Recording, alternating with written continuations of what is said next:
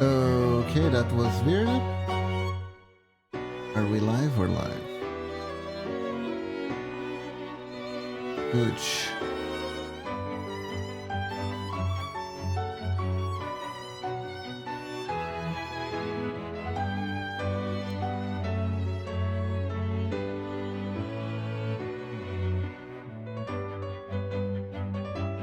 Let's do the posting.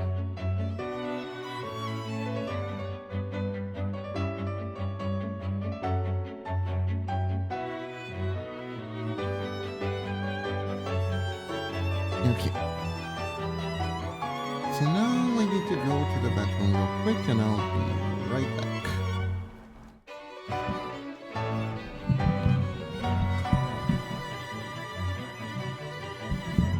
Hi, lunatic.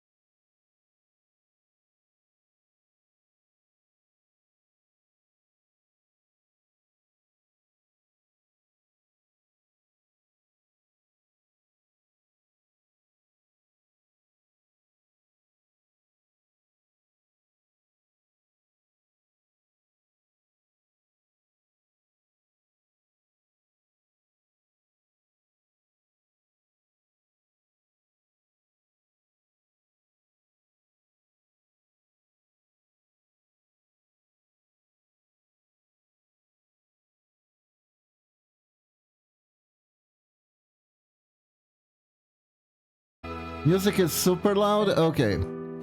Hold up. How about now? This better?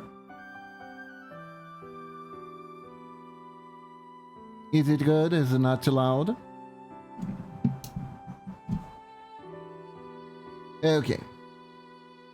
Yeah, the last thing that I needed to configure was the... That is good, that is good. Was the Spotify. So yeah, so here's what we're doing today. Let me get my refs in order. Let me get my refs in order here. So Super Fudge actually commissioned me. This is their OC. I also got a commission from Red, but we're gonna get to that when we get to that. And basically, what they want now is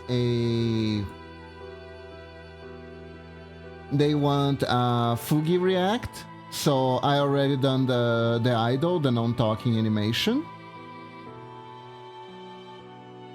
And now we're gonna go for the talking animation. And basically, I don't know if you've ever seen that meme of the fair point, but tits, and you just drop the big bazonkas on the table, right? That is the talking animation. That is the talking animation. So that's more or less what we're working today. I did a little bit of work ahead. I have seen a not safe for work version of the meme. Of course, of course.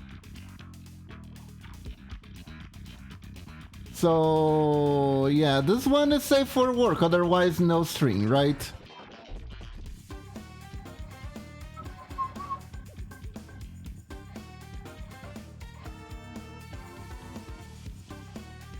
So what we are doing today is we are gonna do the talking part of the animation.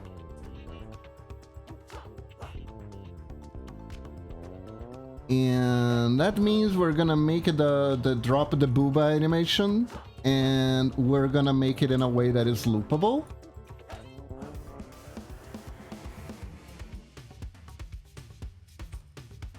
So it can be properly used as a Fugi React instead of like an emote or something.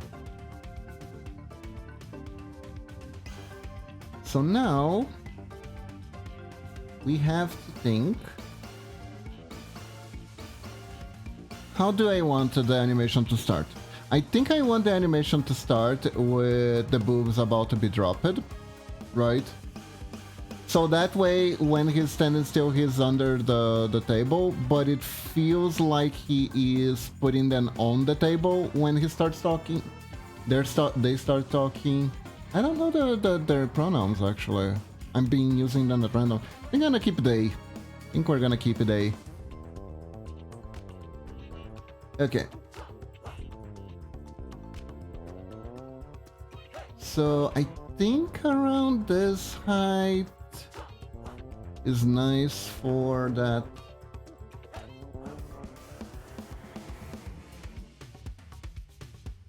And yeah, so we're gonna get started. We're gonna get started. Yeah, that looks like it's putting on the table. Yeah.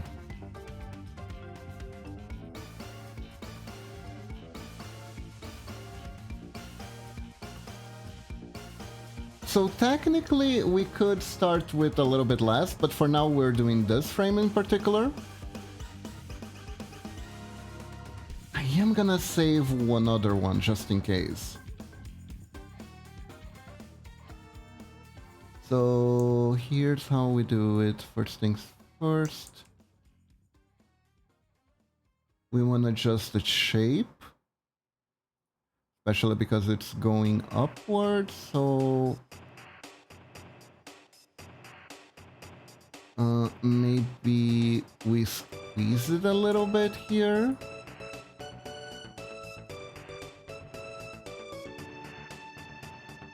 Because it's gonna be holding in, you know? And a little bit more like this. Yes, yes, yes. So yeah, hope you're doing good today, Lunatic. Hope you're doing good today. Hope everyone is doing good today. I don't know, I think Mamacha said on her stream, we started watching this TV show on Apple TV because we got basically free Apple TV because my mom bought a new phone and it came with that, so hooray for us. Right?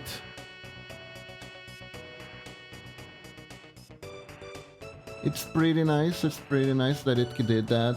Very nice of them. Considering how much the products cost, they say it's the least they could do anyways. But yeah. And we're watching this show called Severance. And it's a show that is exploring a very weird idea where basically this company developed the system where you can separate your brain. Wait. Oh, I started editing the wrong place. Hold up. Yeah, no, this is the one where she's gonna be holding up the drop. Okay.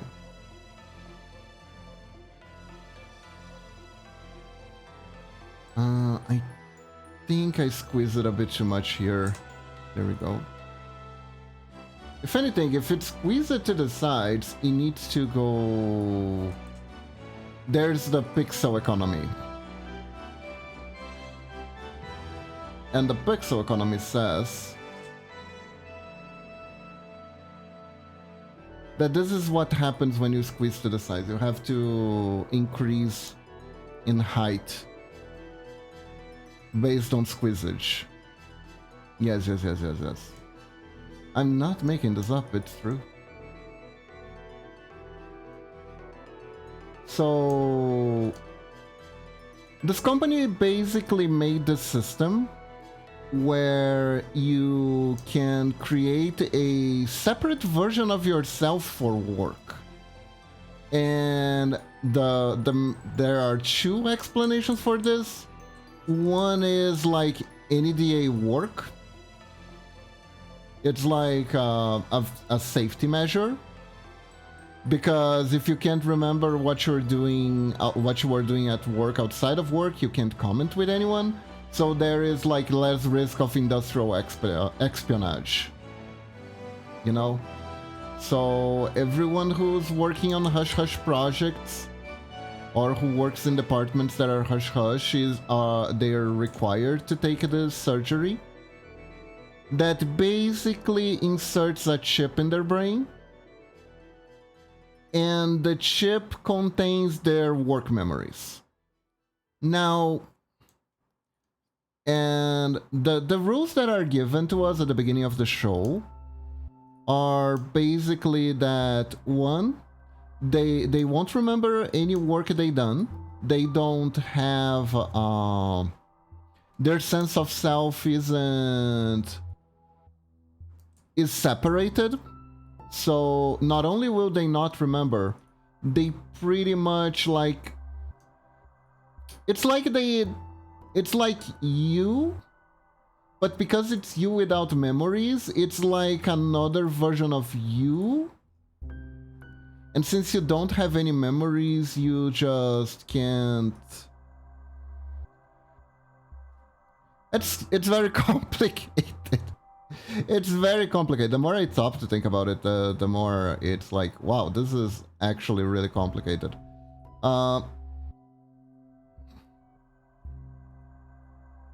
But yeah, essentially,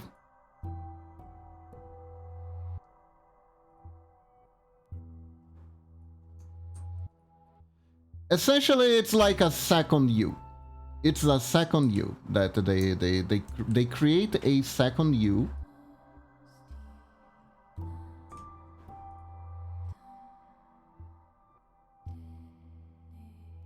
And that second you will be working for the company. So you don't have to feel your work at all. You don't have to feel like you're working.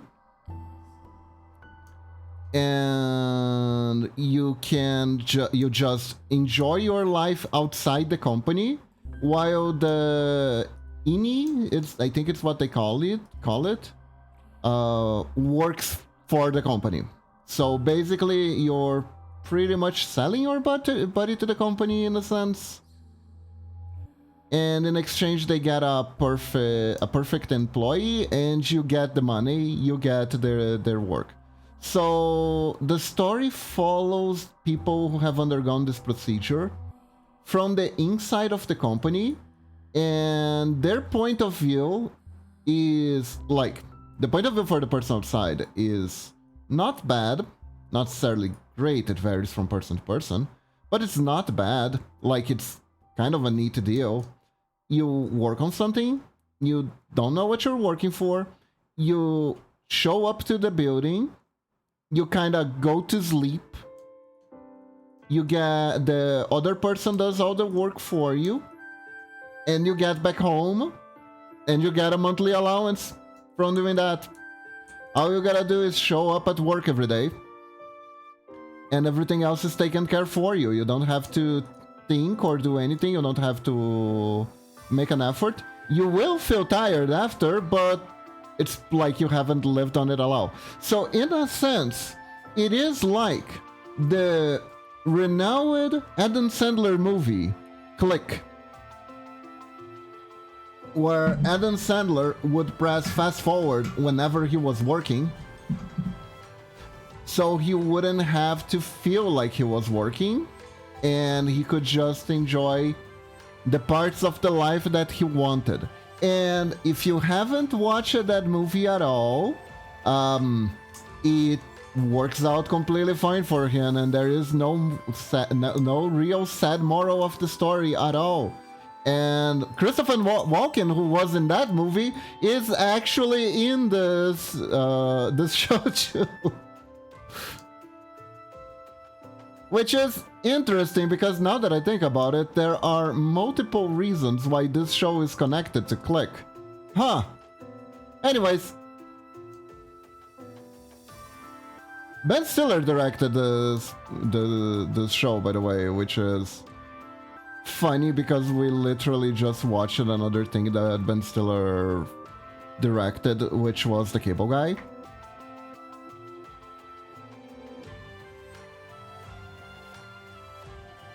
So that's interesting.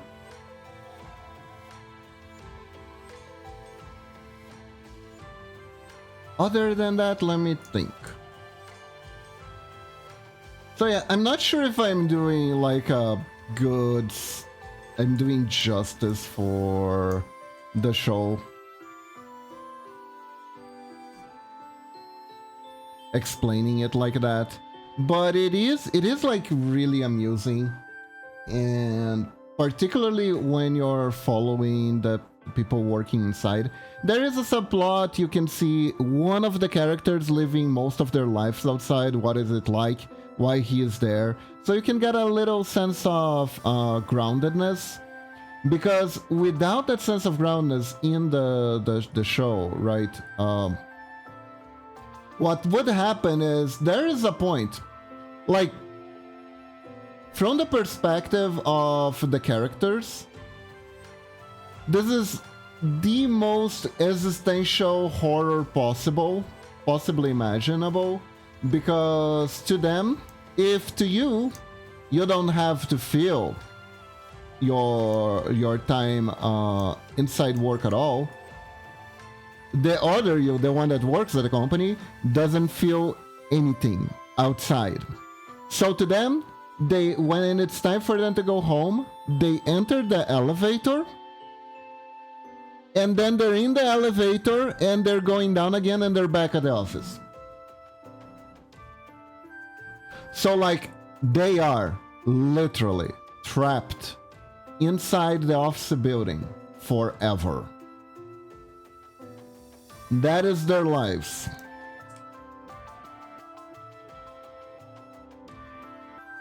And honestly, personally to me, that's a little bit too claustrophobic for me.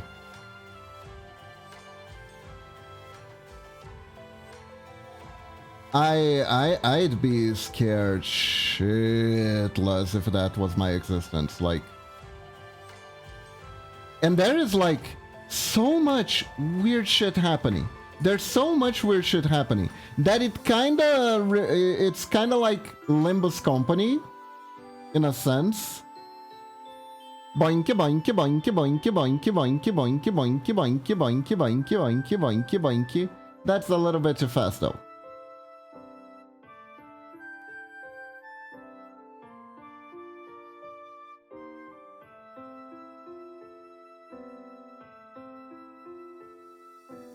Okay, so handsy time.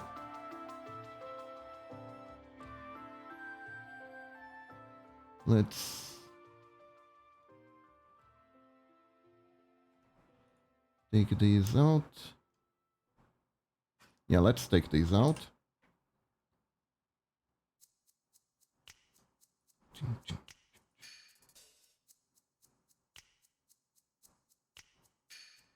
dun.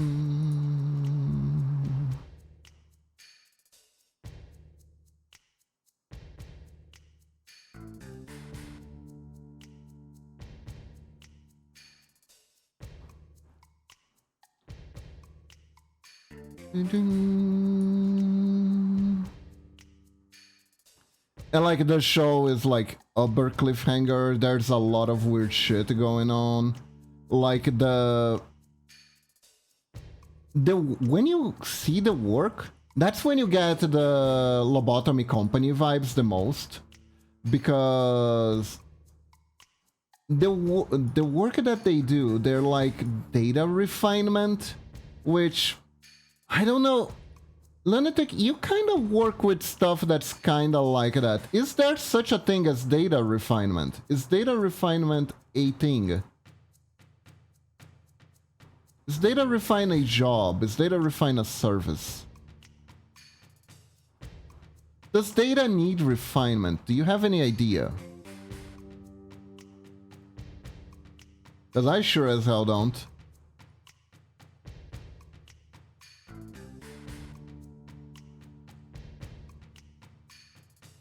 What do you mean by refining specifically, since there is something like data refinement? So they only call it data refinement, and the way that it's presented at the work is that it's very confusing, because apparently the work they're doing is so confidential, but so confidential that they don't know what they're doing at a conscious level. Like, it's presented to them, they have their desk, there is a program that is running. That program has like numbers, right? What the? I just stumbled on your stream, and heck, you did this so casually, and it's so good. I'm so surprised. Oh, hello, Dinalumi. Welcome to the stream. How are you doing? We do pixel art around here. Hello, hello. I'm doing this casually. I mean... Thank you, I guess. I've been doing this for a while. Oh, I mean, you're just talking. There is no issue here. This is literally a talk and pixel art stream. Exactly. Speaking is what we do. Oh, by the way, here's the animation so far. We're gonna do the putting boobs on the table meme. So now we're trying to figure out how we're gonna do this. if I want an animation that's a little bit further, a little bit back. But yeah, so... You can even move, dang. Yep, I'm a pixel art animator. Oh, thank you for the follow, Dinalumi. Thank you. I really appreciate all the support. Dinalumi joined the Ninjalings. Thank you.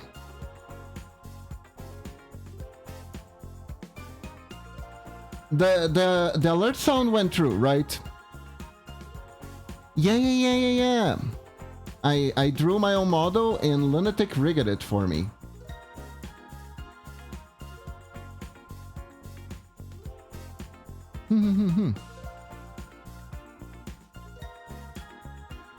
I can sit, I can stand.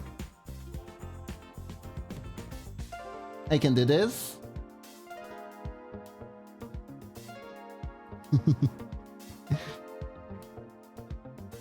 I can get scared. All sorts of stuff I can make. Thank you. I think... Yeah. Let me check this real quick. I want to make sure everything is... the sizes are consistent, so I don't want to make the hands too small compared to the other frame. Sometimes you can kinda get away with this, but sometimes you shouldn't get away with this, you know what I mean? Let's see, technically it's gonna be coming from the back, so I think the size is okay.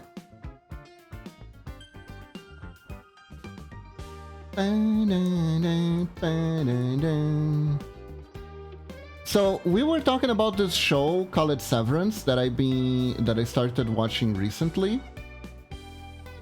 And it kind of reminds, I don't know if you know Project Moon in Illumi, the kind of stuff that they do. The whole thing is a little bit SSP-esque, if you know what I mean, what I'm talking about.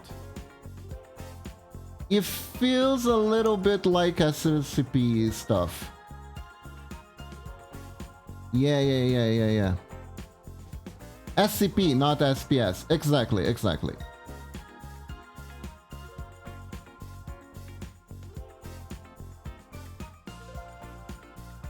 It is like that. Okay, so like this. Sounds familiar but doesn't quite ring a bell to me. SCP. I don't know how popular it is. It used to be like really...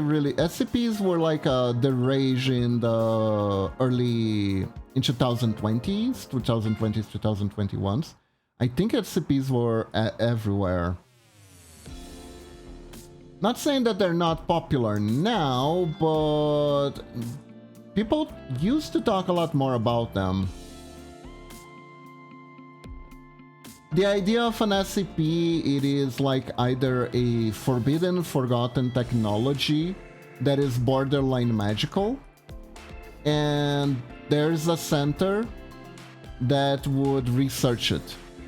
Yeah. They're kind of like the new version of... basically a new version of cursed magical artifacts, essentially. Yeah. So the whole show kind of has that vibe, where everything is like super mysterious and no one knows what the hell the company is doing.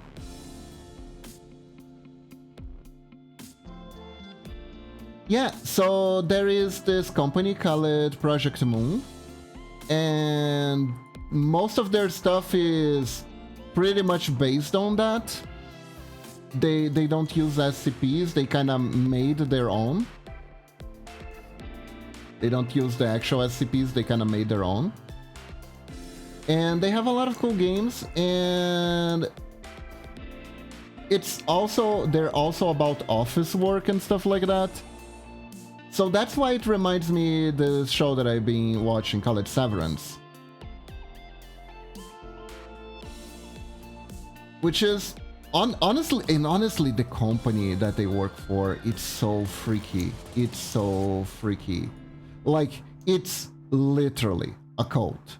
It is literally a cult. They clearly, the writer researched some cult behavior shit.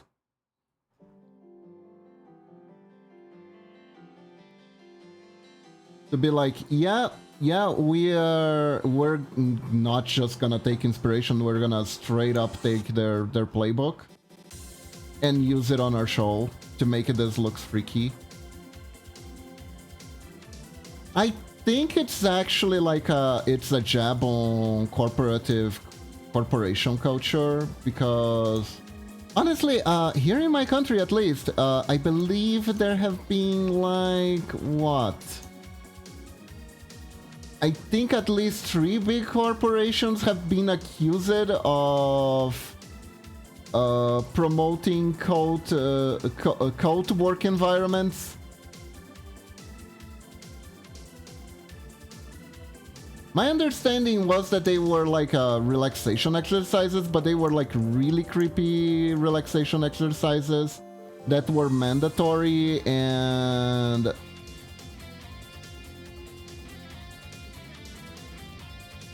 it was not well received by the people who denounced it. I'll be real. Some relaxation exercises, they sound wrong. You know what I mean? I remember, I think it was my history teacher when I was little. She tried doing some of those relaxation exercises on our class, and it was like, now picture a purple ball melting into your body. The purple ball will now heal all your wounds. You know that sort of thing? You know that sort of thing? The purple ball is healing away your stress, and it's floating away. I still remember that freaking purple ball. I still remember that freaking purple ball. That was weird. No clue why it was purple or why it was supposed to be a ball. It was just part of the exercise, I guess. I think it's like a meditation thing.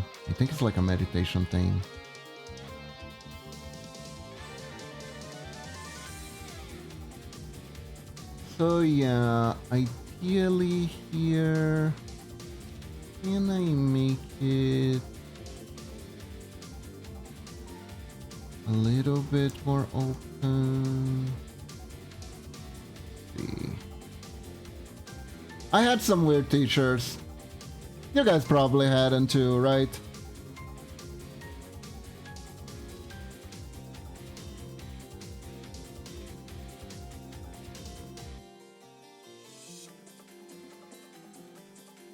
I still have a funny one. That is good. That is good.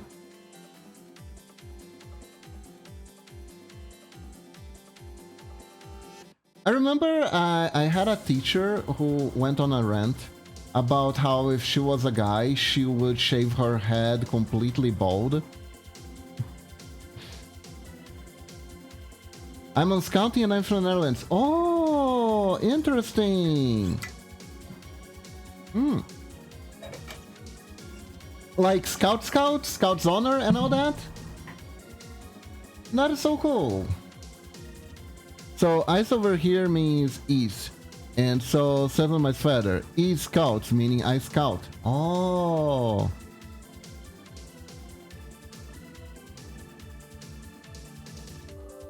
You know, I'm always called. I see.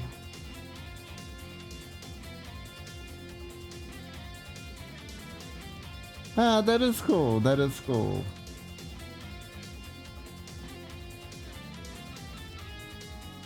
Man, I remember when I was little, I thought scouts were like such a cool thing, but as they weren't a thing where I lived, essentially. They weren't a thing where I lived.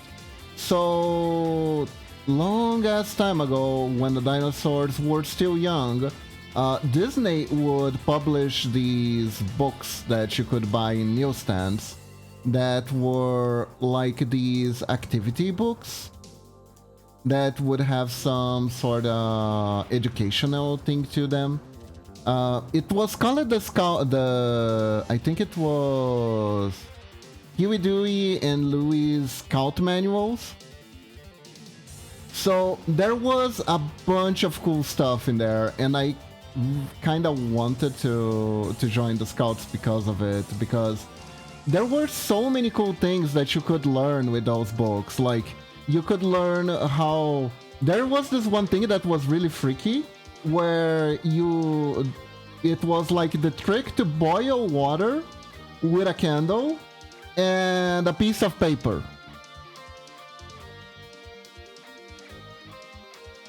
And it's completely based off science, right? Because you folded the paper, I don't know if it was paper or cardboard, but you fold it in a way that it became like a little bowl, sorta. Like a little box, right? Oh my god! Richard, thank you for the raid! Hello everyone! How's everyone doing? Hi, hope you're doing good! The foulest of raids be upon you. Oh no, are you up to foul play? Hi Connor, welcome to the stream. How are you doing? Hello everyone. Thank you for the shout out, Lunatic. What were you doing? Killing stone? Killing stone? Were you killing one bird with 2 stones? Or were you killing one bird with two birds with 1 stone? Sorry. Oh, what is it like? What is it like? I haven't heard of that game. What's it about? I'm guessing it has something to do with the proverb of birds and stones. I've heard it compared to Inscription. So it's a card game? What? Wait, hold up. New card game dropped? Card game? Card game? New card game? There's a new card game? Card game? Oh, that is so cool. Hello, Sponge, Violet, Everpants. Welcome to the stream. I'm doing good. I'm doing good. Hello, hello.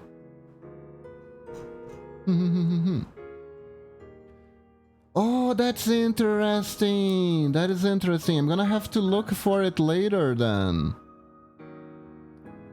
Just existing? That is good, that's good. I'm gonna have to sleep now, so I'll raid and run for now. Have fun. Alright, Richard, thank you very much for dropping by. I really appreciate the raid. I really appreciate you dropping by. Have a good Nini. I'm just gonna continue to make the nice lion lady grabbing her boobs. This is a wholesome stream.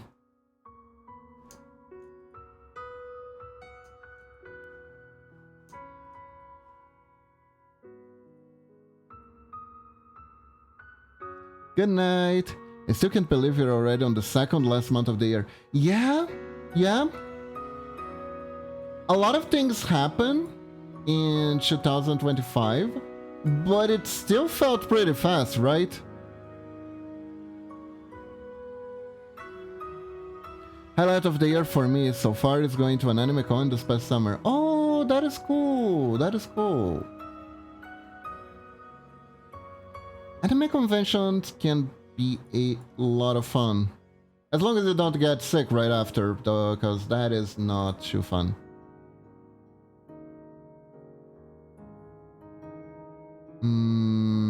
I think this shape.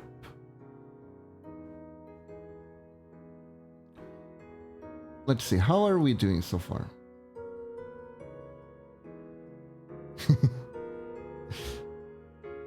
I even decided to cosplay something I rarely do. Oh, what did you cosplay as? If you don't mind me asking.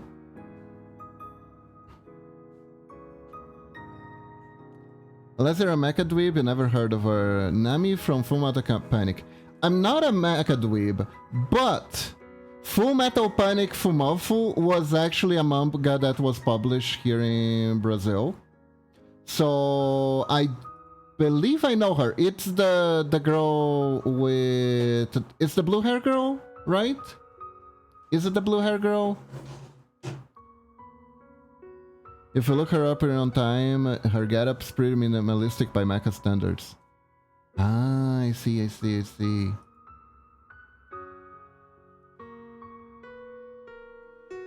Then it's not the main girl. I know the main girl. Orange hair. Okay. So I should know her, but I don't remember her because it's been a long time since I read the manga.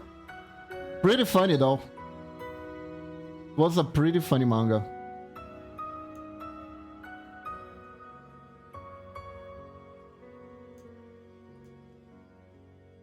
Very erratic.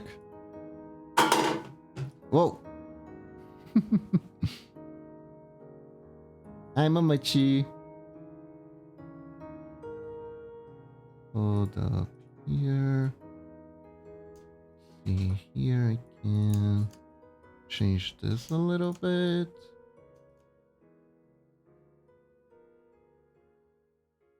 Okay, so I think this is more shapely for this frame. We can use this.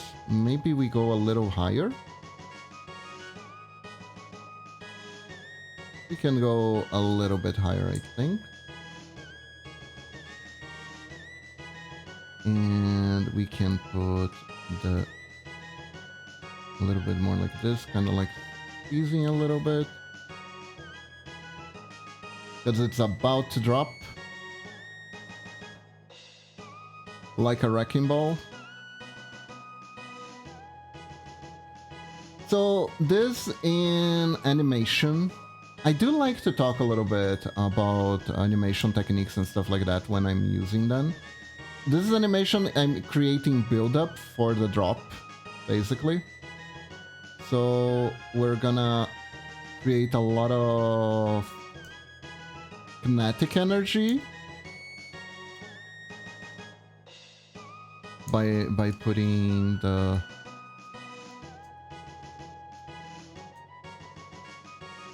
it down like this. Last time I used animation software was 6 years ago. Basic simple rigging. Oh, what was it? After Effects? Were you doing like 3D animation? Or was it Adobe? I did a flipbook and stop motion animation around the same time. Ah, flippy books are fun. I used to do those a little bit when I was younger.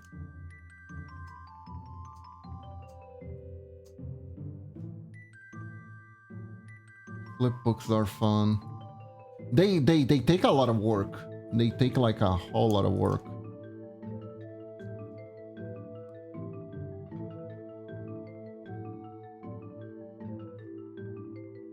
Oh, you did stop motion.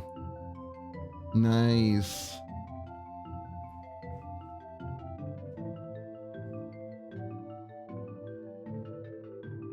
The funnest part of animation is seeing your stuff basically becoming alive.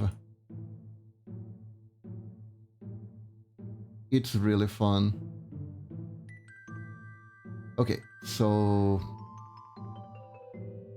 here's how we do things here. I wanna take this frame here. We're gonna put it here. Gonna take away this one. Of course, we're gonna fix the arms here, but that is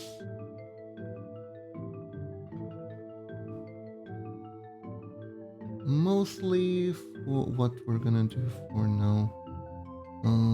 Let me see. I really wish Disney hand-draw animation can make a comeback. I don't care how good computer animation can become, it's starting to get boring. 3D stuff, right? Yeah. Yeah. You know, I think there was a There's like a weird phenomenon. There's a reason why 3D animation took over 2D animation, and it's kind of a sad one. Apparently, to the average adult, this was like a study that was made, but apparently, like, to the average adult, unfortunately, 2D animation doesn't feel as relatable. So what does that mean exactly? Basically, what that means is that to the average adult, it is harder to empathize with hand-drawn characters than it is to empathize with either actors on the screen or like 3D graphics that are very advanced.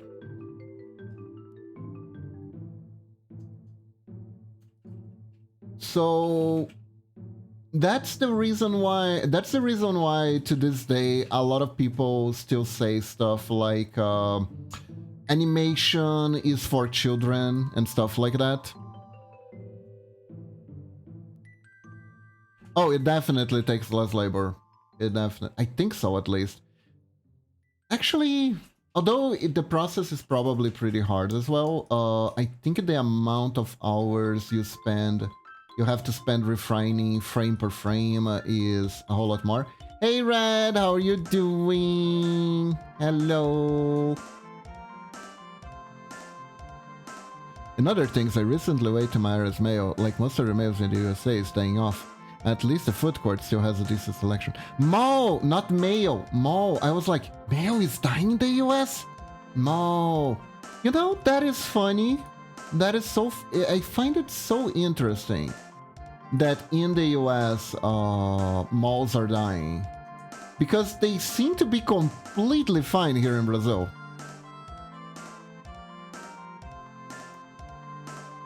They're completely fine here in Brazil. As far as I know, they're completely fine here in Brazil for some reason. Wait, malls are dying in the US? They are. Apparently they've been dying since the 2010s. They don't like really pull people in as they used to. It's just like dropping off more and more.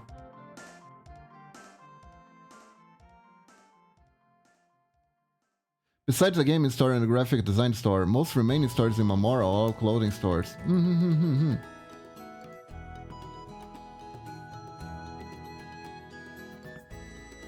Yeah, that is actually kind of normal around here too, though. Not that great for a girl like me who likes to wear the same type of outfit every day. Yeah, I hear ya. Most that only have clothings in them are so boring. We gotten a half-decent bookstore recently, cause like I live I don't want to say I live in the countryside, but where I live is not as agitated, so to speak. So good bookstores are kind of hard to come by.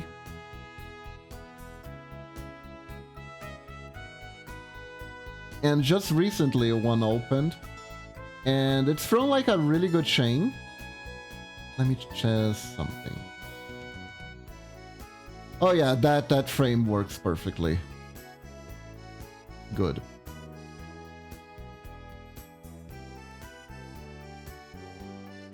Wears sleeveless magenta tank top, long white jeans pants, and since I live in more rural like you, black knee-high boots. Ah, I see.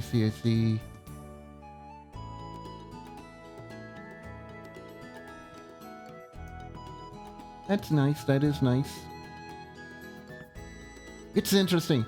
I remember when I was little, I got to visit the US, and I remember that the malls were insanely huge. I went to like Orlando, if I'm not mistaken. So, tourist place, probably why the mall was so insane. By the way, I like your word surfage. Remind me of my girlfriend who likes wear Hubble stuff like that one. Ah, thank you. This is an OC. This is from a viewer, Superfudge. They commissioned me. Basically, I am doing, you know those GIF react thingies for when people are talking on Discord? And sometimes, usually, they appear on stream. So, this is them not talking, and we're doing them talking. I'm gonna animate them out later. But for now, I wanna do the dropping the boob on the table because it's based on this one, like, cute little emote slash, how do you say, meme? Where it's like, nice argument. Here's my boobs though, you know? So that is what we're doing.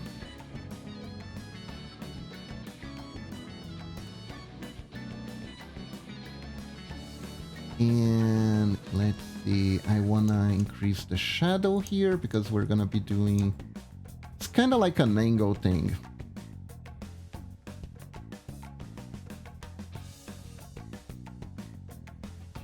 One of the reasons many US malls are dying is because of poor location, sometimes in the middle of nowhere with no easy road to access, other times located not far from another mall.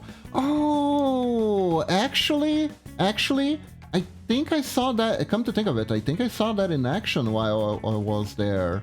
The malls really were in the middle of nowhere. It was like the main attraction. I see. Yeah, no, the mall in my city is very conveniently located, I do think. They're not like downtown. There is like one mall downtown, but that's more like an outlet than a mall.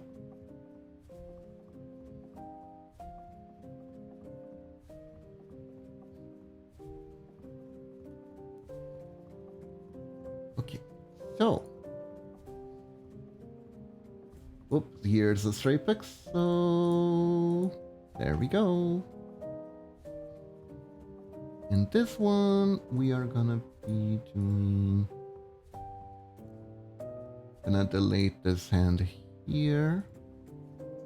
Did I delete it? No, I keep it to the side because I wanna make sure the height is more or less alright.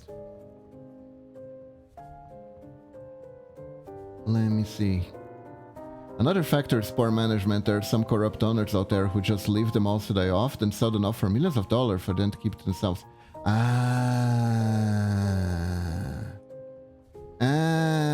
So there is Wait, so there is money in flopping the mall? That is crazy. Damn. That is weird. That is weird. That it's a shame that that's the thing. It's a shame that that's the thing.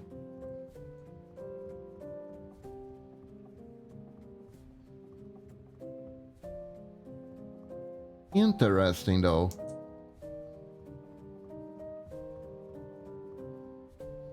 It's a shame, but also kind of interesting.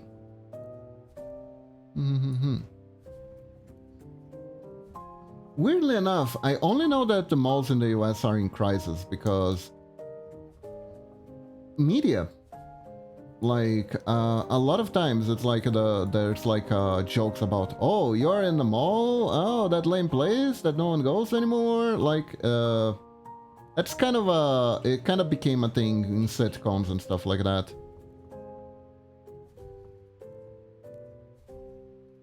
So that's more or less how I know. Oh, that and like some podcasts that I hear sometimes they're talking about like, oh, what the frick happened to the malls? They're all dying off and stuff like that.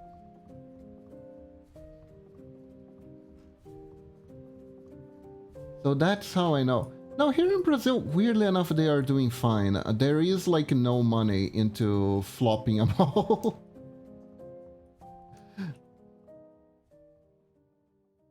Which I think is good. It's probably what's preventing the same thing from happening.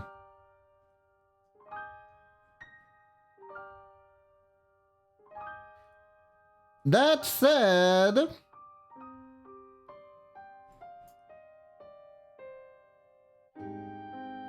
Hello, Medina. How are you doing? Hello, hello.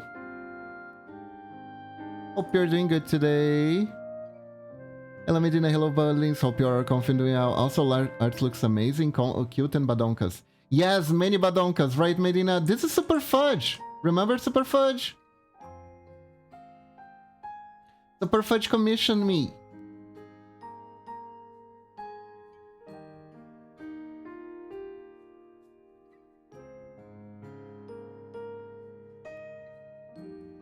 So we are doing some fun, cute, comfy, wholesome bounces today. Just quickly hopping in, I'll be off in soon doing well. Do you remember? Oh yes, what a good fudge Super Fudge is. The area the mall is built in sometimes declines economically. Leads to crimes, another factor. Ah. Weird. I feel like it would be the opposite around here.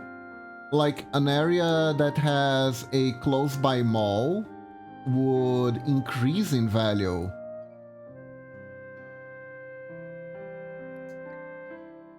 It's interesting how the housing market works completely different on depending on the country, huh?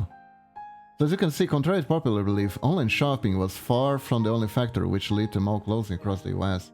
Yeah, no, I can imagine that, because at one point, you do get like really sick of staying home all the time. And the mall is like a quick, easy, and cheap alternative for going out. Funnily enough, we don't have many malls. Huh. I find it interesting that malls are dying in the US because the US is like, I don't know, the birthing place of malls, right? It's like the proto malls evolved from inside the US. And by proto malls, I mean department stores. Which, according to all the old Looney Tunes shows that I used to watch, were a thing. Ironically enough, Amazon builds new distribution fulfillment centers on the sites of former malls. Well, someone is finding some benefits of it.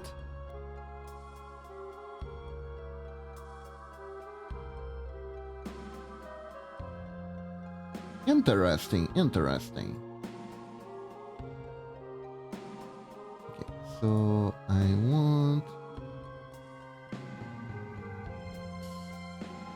I think this booba works a little bit. Let's see. We do this.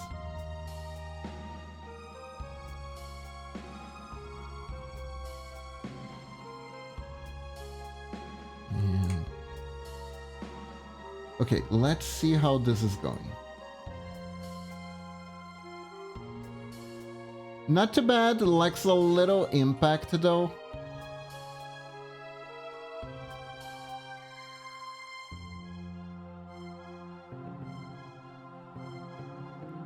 So the way we increase impact, right?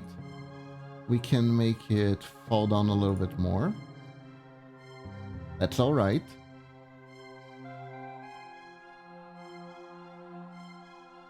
Many city folk and old people are having the last laugh since many US malls played a role into many stores leaving downtown areas to smaller city towns. Oh, that is true. That is true.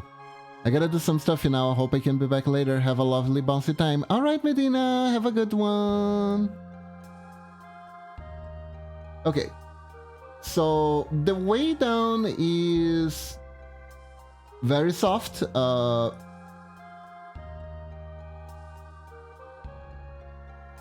So now we need to create impact. We need to create a little bit more impact. So we're gonna do some deforming here. Let me see.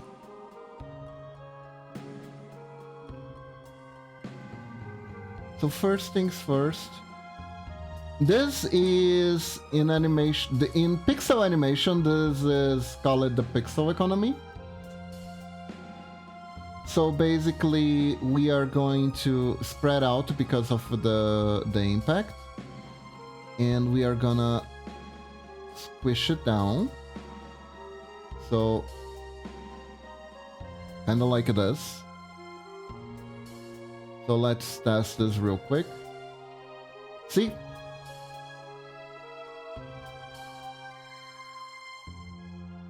That's already a bounce. That's already makes it a little bit bouncier.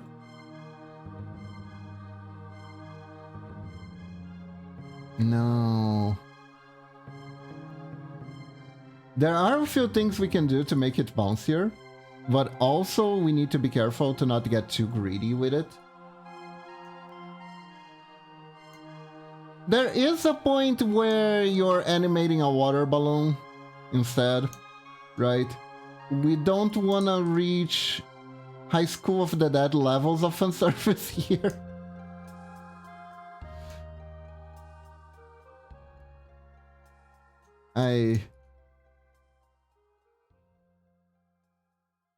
We don't want too much, you know? Fan service is good in the right dosage. And increase here. Too much of it, and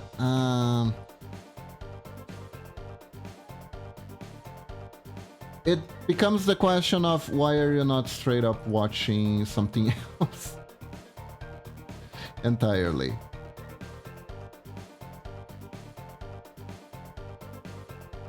Yeah, no. There we go. Man, that actually reminds me, the longest time ago, there used to be shows that were itchy. Like itchy, regular itchy, which is like a little bit pervy. Nowadays it feels like people don't know what the barrier is anymore for itchy shows.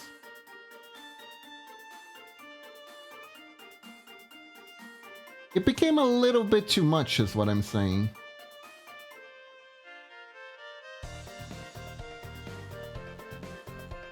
Though I'll be damned if you asked me what's a good ecchi show if I can probably give you a proper... No, wait, there is one. Although that one also... No, but that one also drives the barrier a little bit too much. Like, Monster Musume is technically a cute show, but also... Also is a little... It's on the borderline case. Anyways. But yeah, that is interesting with the malls and all. Did I do it right? Let's see. Bonk. It looks very squishy. It looks very squishy.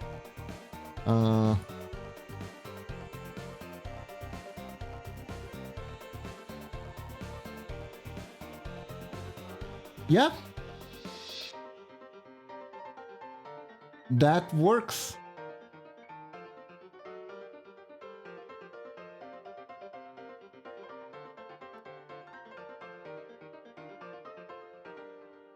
That works, actually. Now, here's the issue. This isn't a very loopable sprite. Don't mind the hand, I'm gonna fix it right away. This is sorta loopable, but not really. Also, there's a bunch of animation stuff that I need to fix, obviously. But I am looking at the macro part right now. We'll do the fixing when the fixing time comes. And the challenge is, I kinda want this to feel like part of this, right? Kinda like... You know, the transition feeling alright. So this works. Transitioning from the talking point to the putting the booba on the table point works.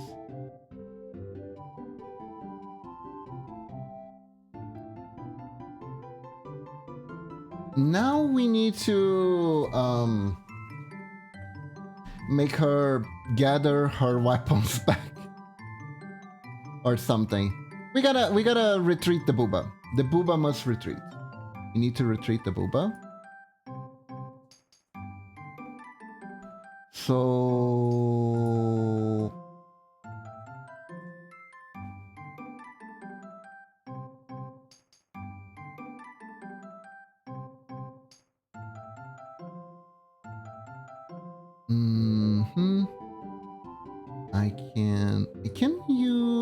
can I use this?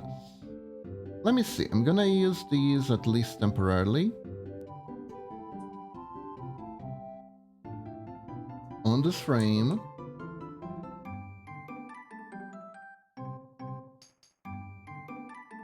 So I can figure out if I can put them in the same position.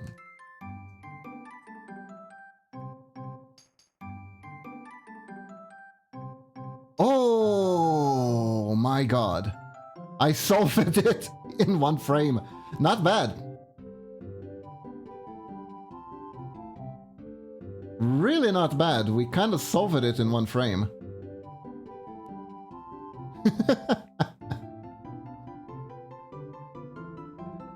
If I want, I can make it a little bit more dramatic and hold it in for an extra second. Look at this. It's working.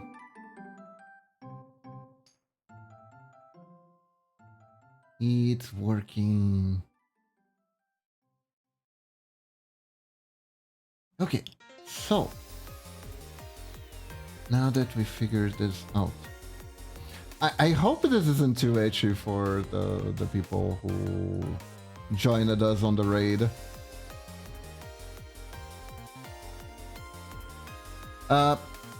From Avatar, I do enjoy making pixel boobies. They're fun to animate. They're like really fun to animate. They're pretty to look at and they're fun to animate. It's like... it's nice. It's nice.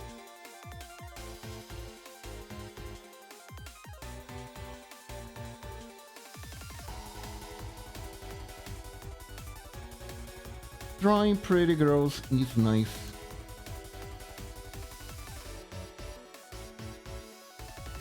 I am very fortunate that I can do these commissions for some money. It's very nice. What were we talking about before we went off with the malls? Oh yeah. I was talking about Severance. Freaky. It's freaky. It's freaky. It's so freaky. It's so freaky. We're at a cliffhanger at the moment in the show. I think we're on episode 8, if I'm not mistaken. And shit is gonna go down. It's gonna go down big. Gonna go down big. Like, when the show first started, it was just a little bit freaky, right? But things kinda made sense because it was like, okay, so this corp is probably up to some shady stuff. They just don't want like the media on their butts or something like that. So they're using this technology. It's something like that, right? It's like, okay, so their motivation is just greed. Greed is a relatable motivating factor, at least in the sense that you kind of understand what the person is after, that their goal is money. It's a simple goal. It's nothing fancy. A lot of people kind of dislike greedy villains because of that. because their goal feels like too basic. You don't really need a whole lot of creativity to come up with that. But it's easy to understand enough, I think. I don't have too much of a problem with it. But it's so much better when greed is not necessarily what it is.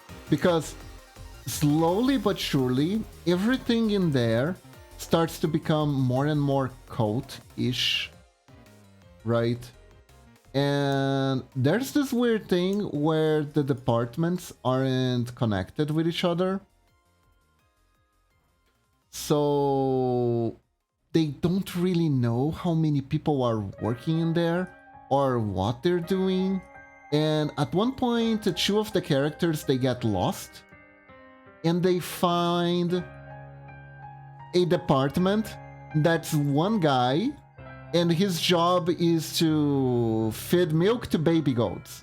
Imagine you're in an office walking around cubicles and you just find one room with one guy feeding several baby goats. And he just yells at you, "Close the door!" I was like, what the actual fuck is going on here? I am so invested in that. I am so invested in that.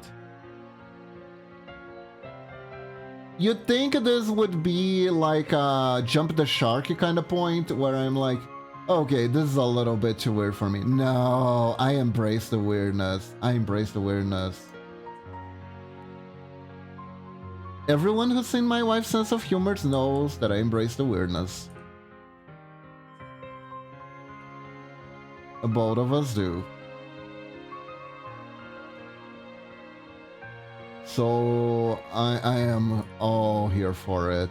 I am all here for it. Like, first you have my first you had my attention, now you have my interest, you know, that kind of stuff.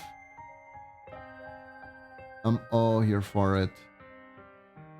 By the way, chat, I heard something that I found very interesting. There was, I don't know if this is true, but I saw a video where a guy was claiming that the main reason why Hollywood likes sequels so much is because apparently people are having a really hard time to have enough focus to give attention to new property.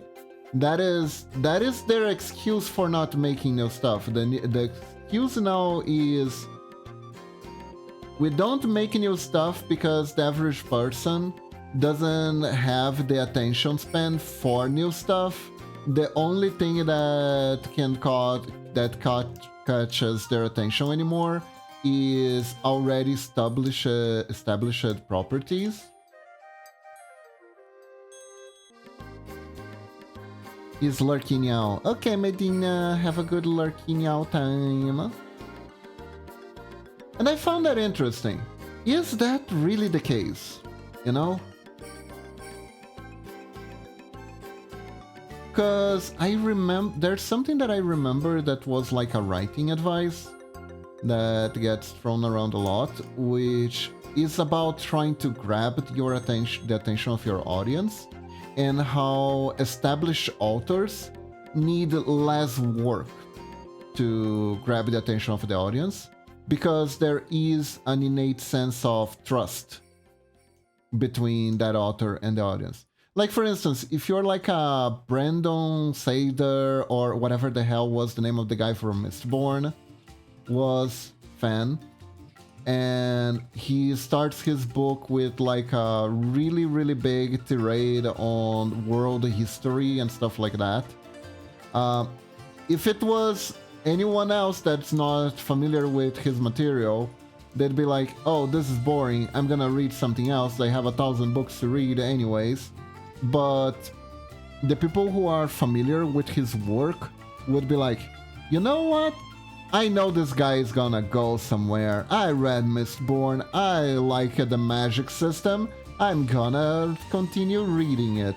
Also, it's really funny that the main thing the guy is known for is the magic system. Can I be real, chat? I read Mistborn. I wasn't that thrilled for the magic system.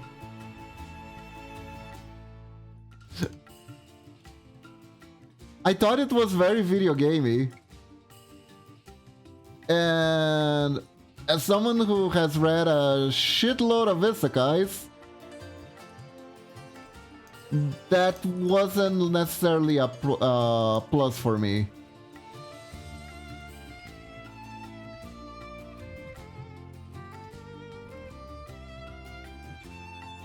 Like, while he described the feeling of using some of the powers, I could literally imagine a video game UI and press the button to continue, even though he didn't really put that there.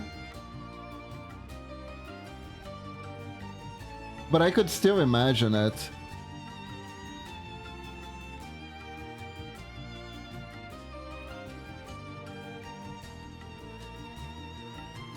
It was rather funny. It was funny. Does anyone know what I'm talking about? Does anyone know the book Mistborn? The one that was born out of mist? It's a trilogy, actually. And yeah, it's a name that gets thrown around a lot because I guess he is kind of like the best not the best, but like a very well established contemporary fantasy author in the West. But the thing about Mistborn is that I like the first book, but it's a trilogy. And then I started reading the trilogy and...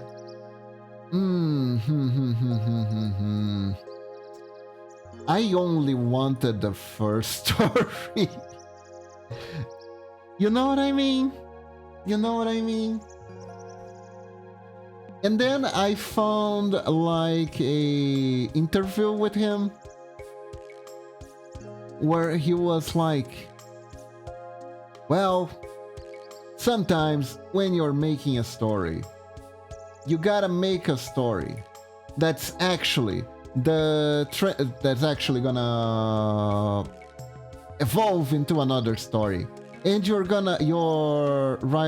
reader's gonna be like, oh, I want to read about this, but you know he really wants more than just this. And then you take him into a whole new story, and he's gonna be glad for it. I wasn't glad for it. I just really wanted the first story. I read the whole thing mostly out of curiosity, but after I read everything I was a little bit like, I don't know how much I can say without spoiling. Gotta wash my hair. Go wash your hair, Medina. Make sure it's all scrubbed so your hair doesn't get stinky. You know what I mean? I mean, I'm sure a lot of people love that. It just wasn't for me. The problem is probably that I'm very niche I was very niche in a sense of my taste. So when the Gold Granders team was presented, I was like, oh, but I was really just looking forward to this. Because the first Mistborn game, not game, the first Mistborn book, right? It was like a fantasy heist story. It was kind of cool. There's a tyrant, evil, mega powerful overlord. And in order to have a chance to take down the overlord, the resistance is gonna need to try and find the secret of his power, which they believe is located in a vault within the evil fortress castle of the evil fortress person. So it's up to a ragtag team of rogues with a can-do attitude to come up with a really big heist plan that's gonna help them find where the hell the evil lord is keeping all his magical hooky winky dinks that make him immortal, so they can overthrow him. And I'm like, you know what? This is really fun. I'm a little bit tired of basic Lord of the Ring-esque stories where the hero gathers powers and then fights the cosmic dingoes and to save the day and stuff like that. This is a neat and very creative way to solve a basic plot, so to speak. I'm totally into this. And the first book is that. The first book is that, basically. And it's a really fun time. And then there's the magic power, which is based off magnetism. And a lot of people think it's kind of cool. I think it was okay. There's a little bit like a class system going on, which I thought was interesting, but unfortunately the writer also did the thing where there are just people who can do everything, which renders the class system kinda you know what I mean? It's kind of like, in this world, it's kind of like, I don't know. Okay, so Avatar is a bad example because technically in Avatar you had mages of 4 different elements and Avatar had all the elements, which is not something I'm usually crazy about, but the Aang was like was like in a very unique position with his chosenness and reincarnation and stuff like that I can kind of be like, sure, that's fine. But in the Brandon one, there were just people who could use multiple powers instead of just one. They were just better at it than other people. And now the magical system itself already had a lot of limitations. Like you needed reagents to use the powers. You needed like special stuff. So also having people that can only do one thing and they have to fight side by side or against people who can do all the things, right? And it feels a little bit cheap. It feels a little bit cheap. And I could kind of forgive him because he was a kid. So the advantage didn't feel too overpowered. And learning how to properly use every element was like part of his quest and stuff like that. The main gal, I think she like had a tutorial with her in the book. She had like a tutorial and she was good to go. Which, good for her for being competent, but I am looking at a more like a balanced perspective for the story.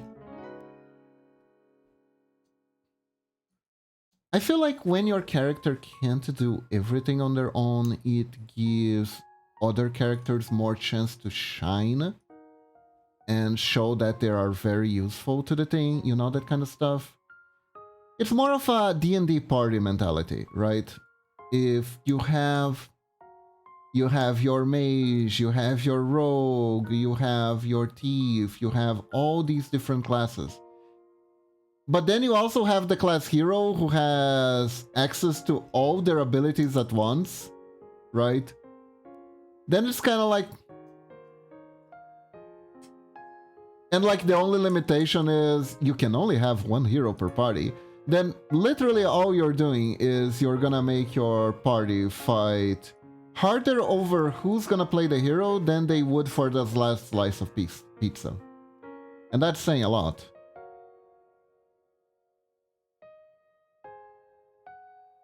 Dude. This is so good.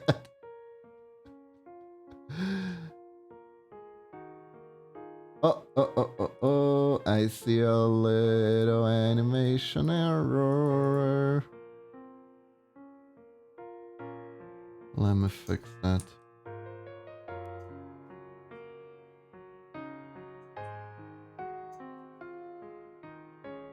Here we go.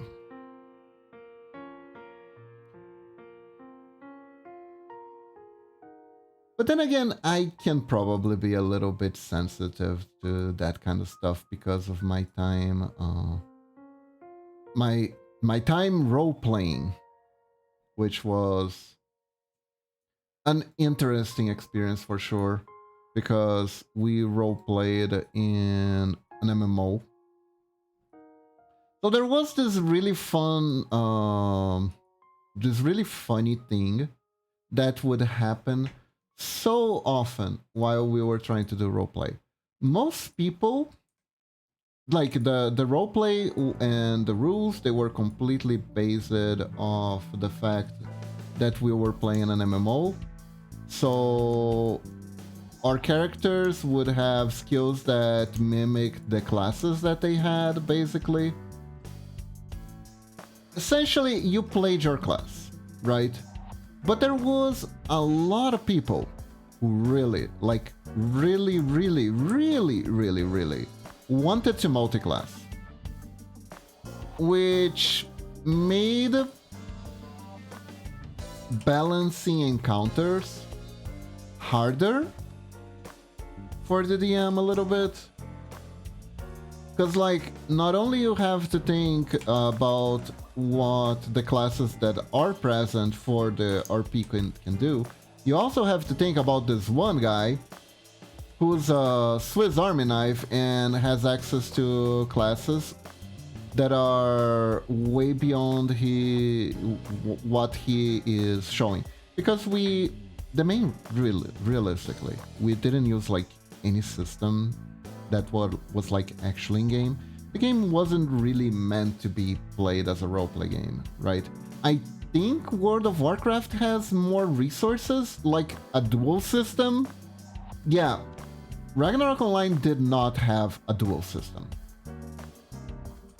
So what Ragnarok Online had, you know what Ragnarok Online had that we use it to roleplay?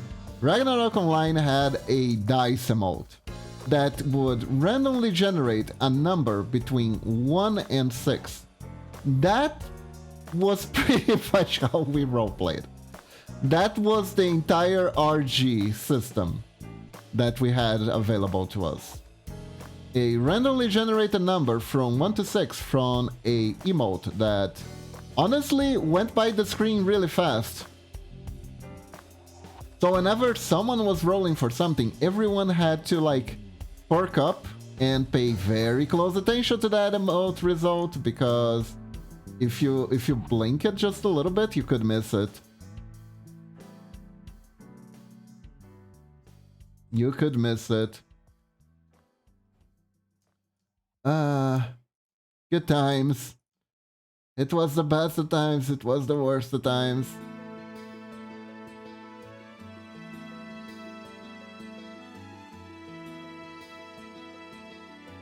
And honestly, it was all made up on the fly anyways. It was all made up on the fly.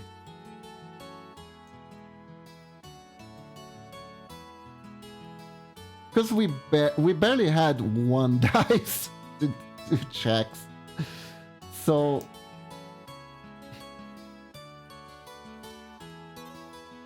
we improvised a lot to make things work. And there were people who were okay with the multiclassing, there were people who weren't okay with the multiclassing. I just found it particularly weird that instead of being like, okay, this requires like arcane knowledge, so I guess this is the time for the mage to shine. You just go like, actually, I'm aside from being a knight, I am also a magical scholar and a healer, so I should be able to do this. It was a lot of like hogging.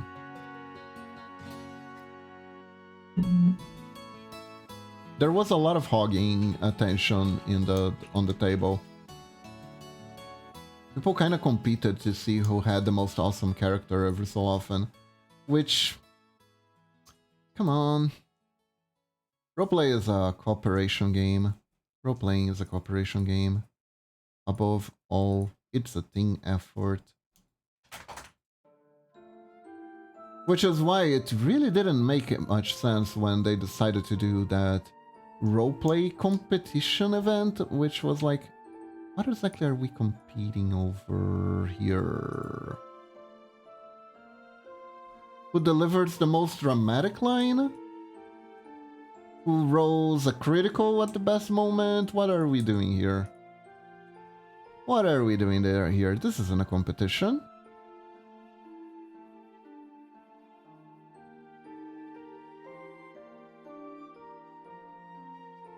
Oh my god, it's all coming together.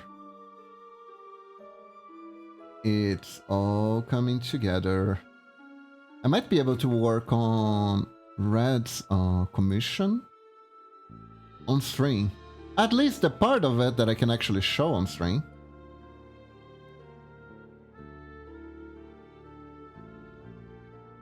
Okay, so time to animate them out.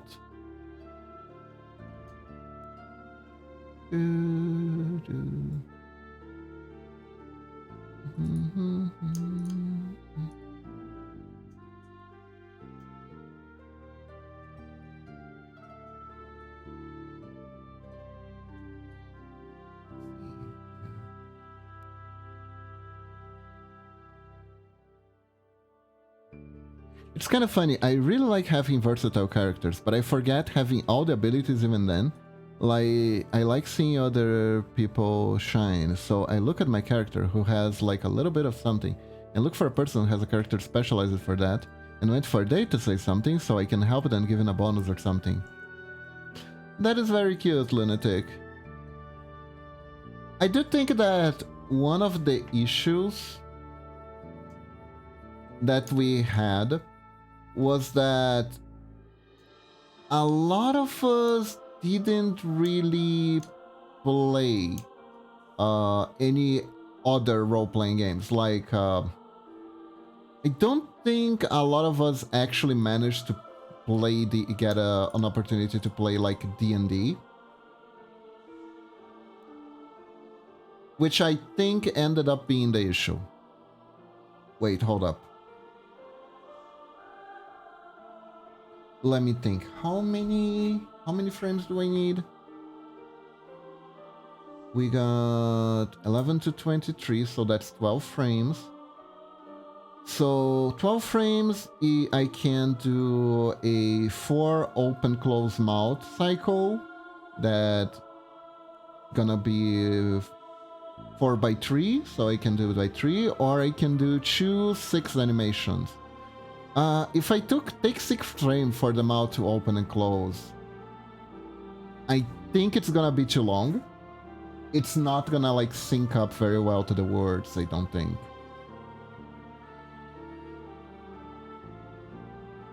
Yeah, it's gonna be too long. It's gonna be too long, so...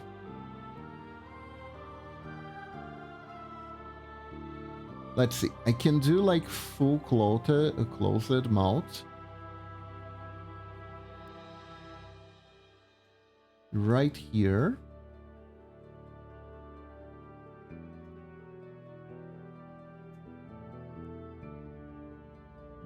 Okay, so let's see.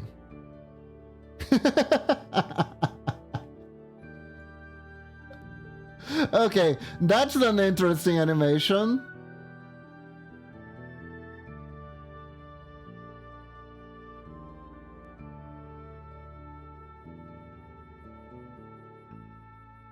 Shh, the girls are talking.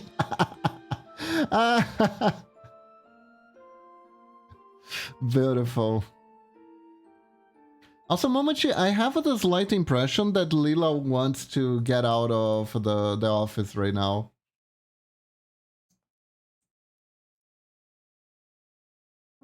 Yeah, it's too soon. It's too soon. I agree.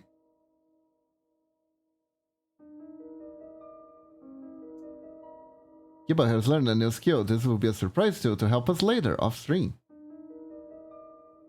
Oh no, the girl spoke Lila. Nah, Lila is just being a little gluttonous little thing. Let's see. Here's the thing. Lila usually eats around 2 o'clock, right?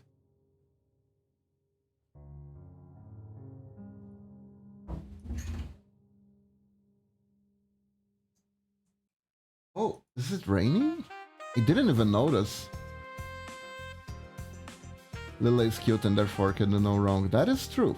Oh, this is why. Huh. I didn't even realize I was drawing the wrong layer. Again. What layer is this? There we go. Although, this turned out pretty nice for me. Let me see.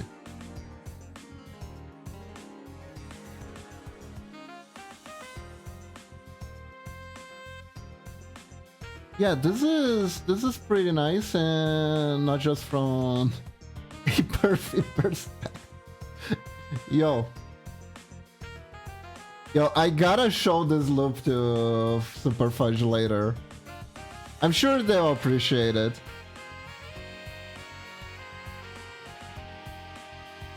That wasn't the full idea, Medina. That wasn't the full idea, though. The full idea is this.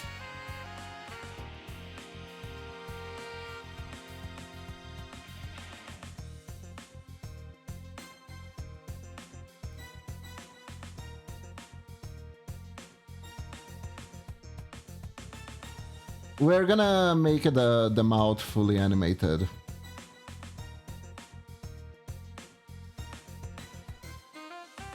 Throughout the whole thing. Should have ordered a dudum. What's a dudum? Is that like a drum? What's a drum?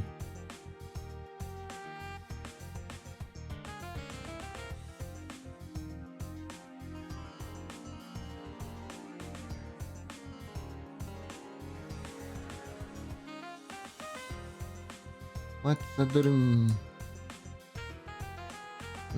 See? There we go. No, basically meat and veggies and sauce roll into soft taco shell. Ooh, that sounds good.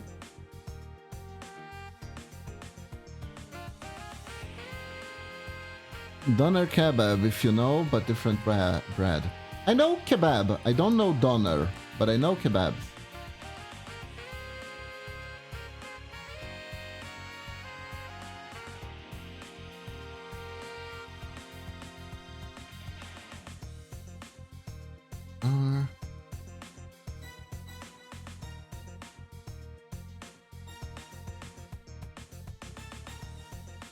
There we go.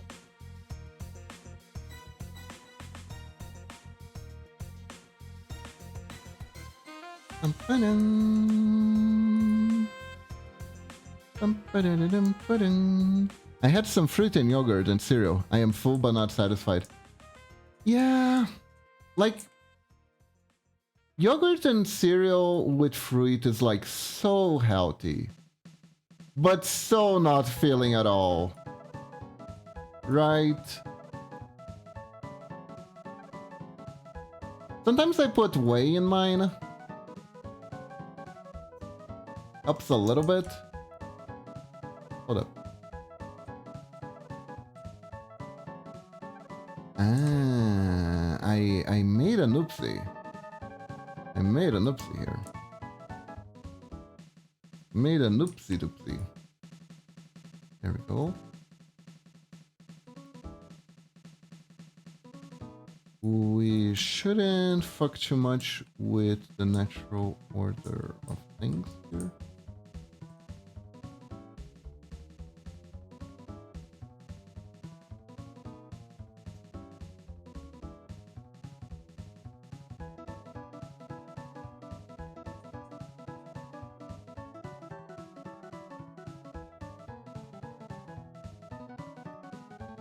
There we go. Some bread with butter and honey will fix me up.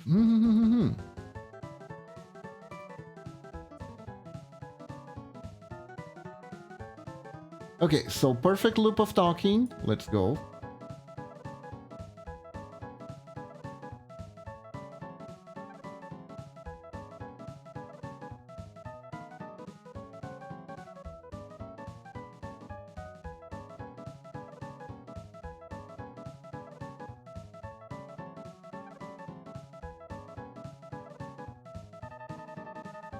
Let me check. Oh, hold up. I was like, wait, the lip, there's something slightly off with the lip movement here.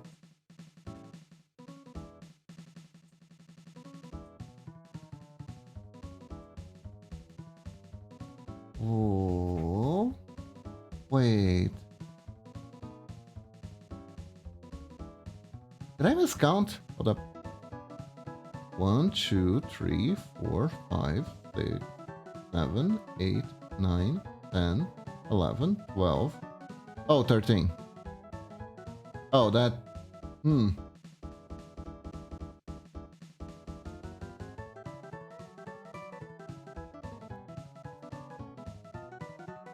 know what? I can... If I make it linger one frame less, though.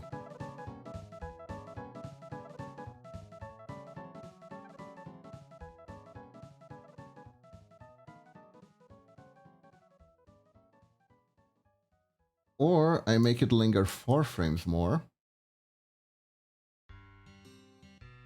So 13,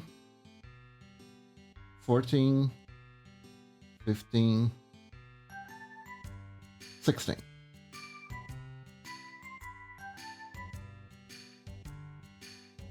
Okay. Okay. Okay, we can do this. Do do do do do do. Do do do do do. Do do do. Do do do do do. Do do do do do do. Do do do. Na na na na na na na na. Na na na na na na na na na. Na na na na na na na na na.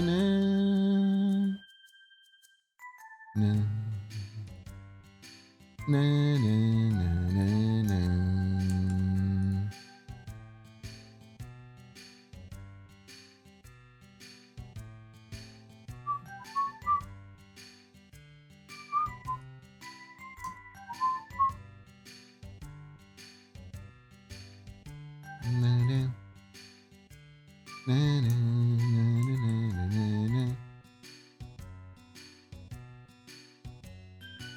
There we go.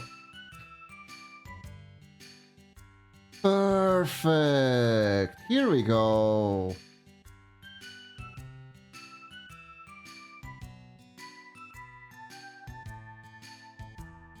Here we go.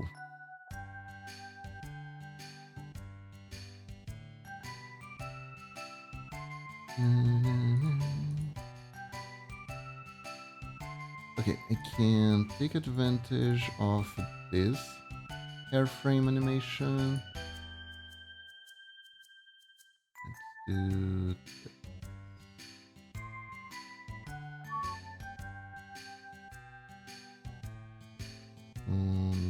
Oh.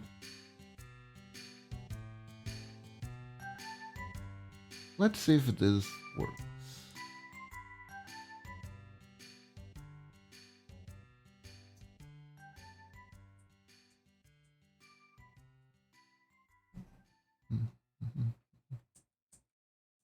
Here we go.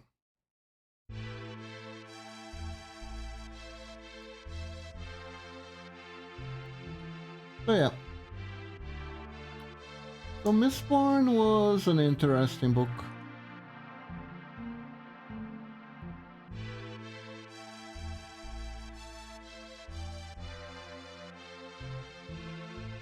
Mistborn was an interesting book. I kind of wish we didn't get the second book though, because the second book was like... Some of the stuff he writes does feel a little bit like those YouTube stuff that it goes like, oh, the world building, it is the important thing to consider. What happens after the Dark Lord is defeated?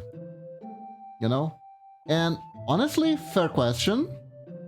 Also, main protagonist wasn't really equipped for it. You know what I mean? If you know what I mean.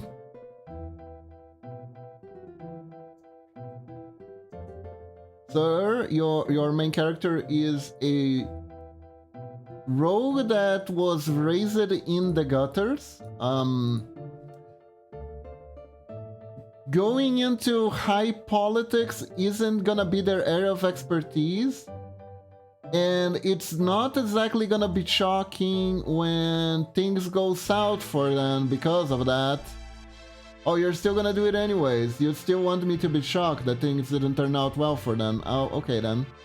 Guess we're doing this now. Some serious needs went sooner. Yeah, like, personally. This is very my take.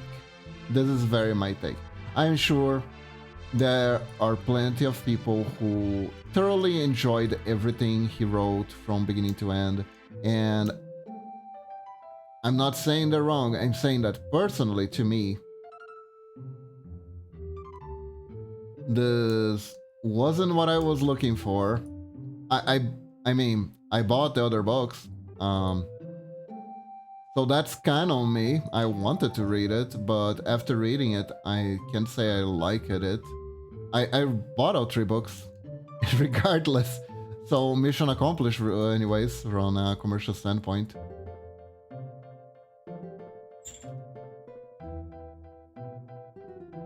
Ooh, hold up. We're gonna take a quick break to eat some yum-yums, and we're gonna be right back. Just 1 second, chat. Don't go anywhere.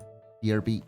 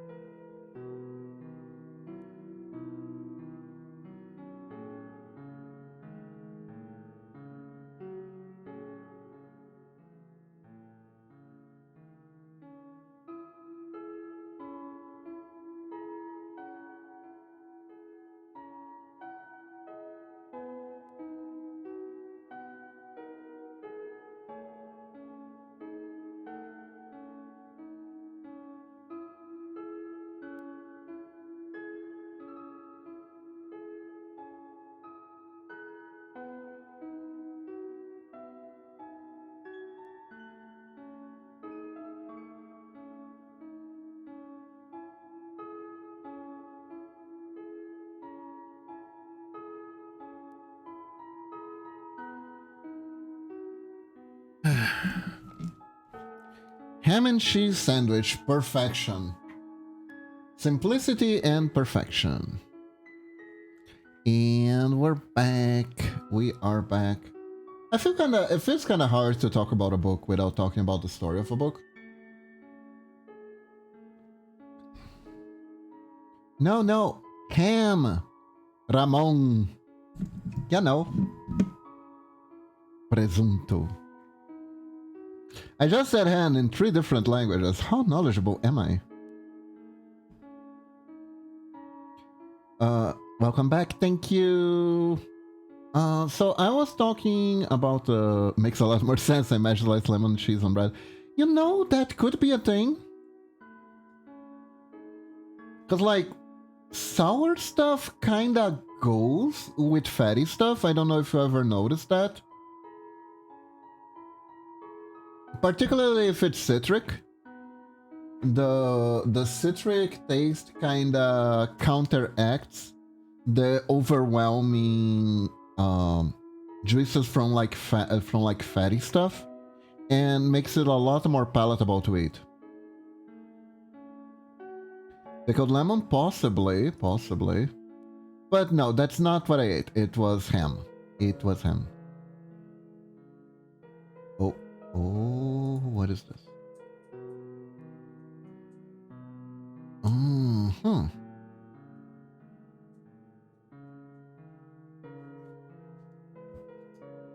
One, this isn't very bad. This isn't bad at all, actually.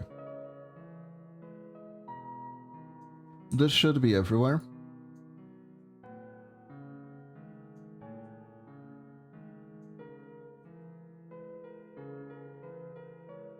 So the fix is different from the usual. I find it kind of hard to talk about a book without talking about the plot. So, chat, do I have your permission for spoiling The Mistborn? Are you guys okay, or were you planning to read that book?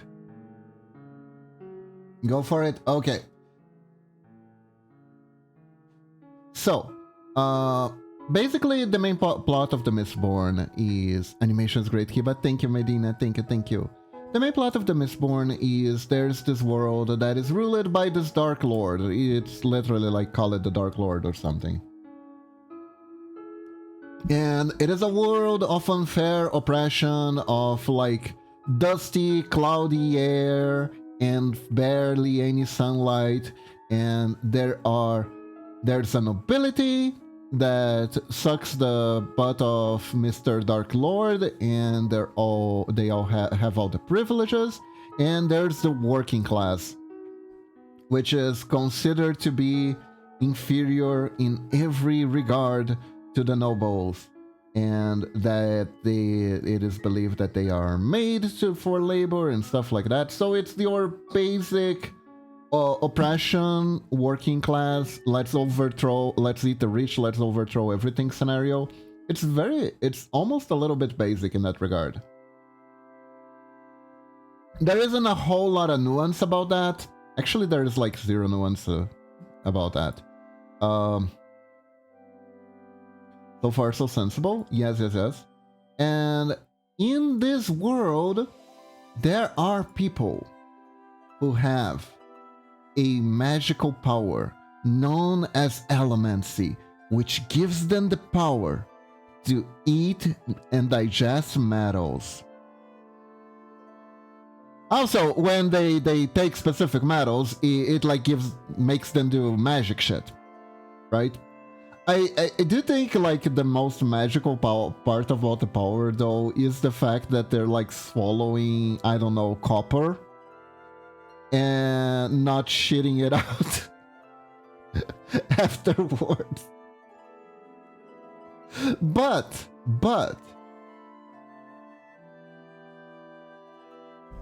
basically the way it works is people who are born with this gift, they usually have like affinity towards a specific metal.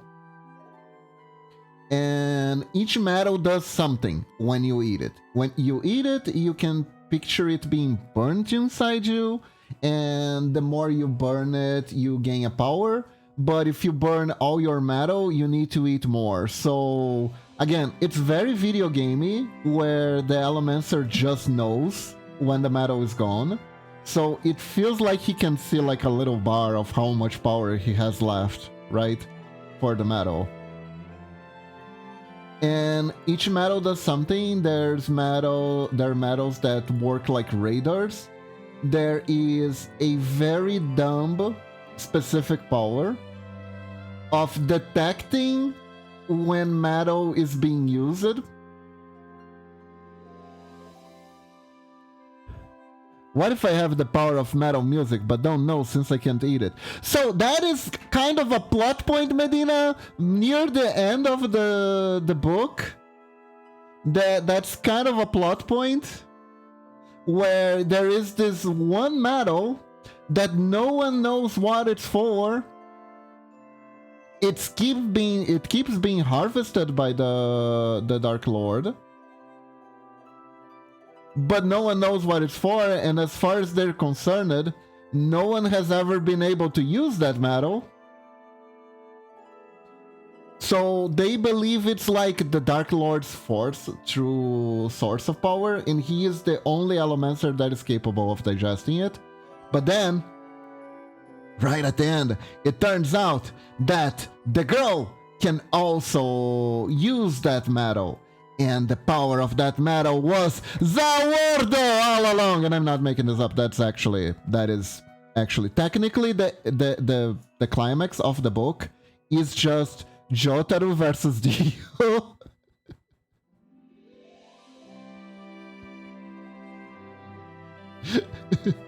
Which I'm sure wasn't intentional.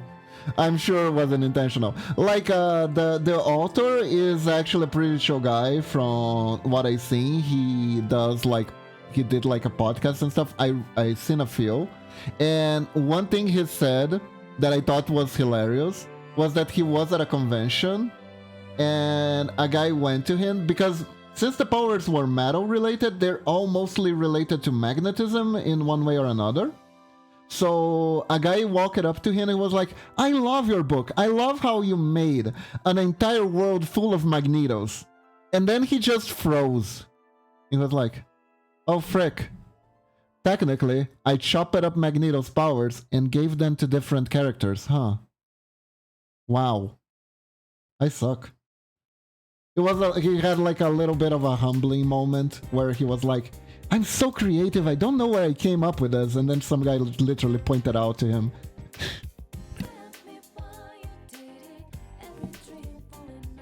And that shit happens!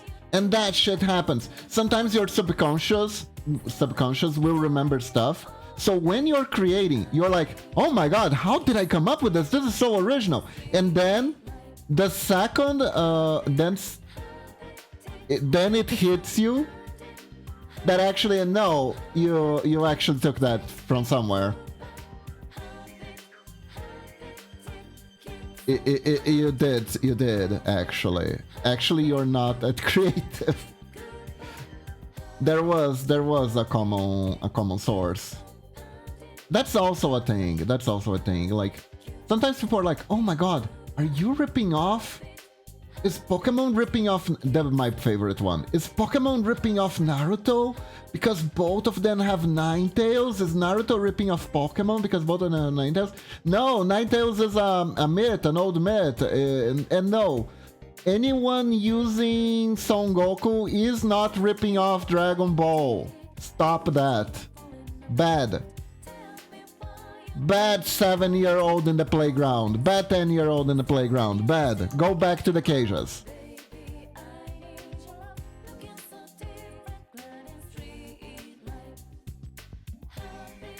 Right?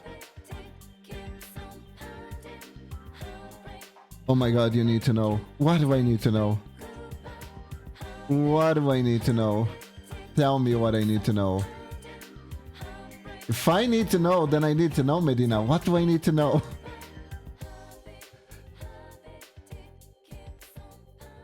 What do I need to know?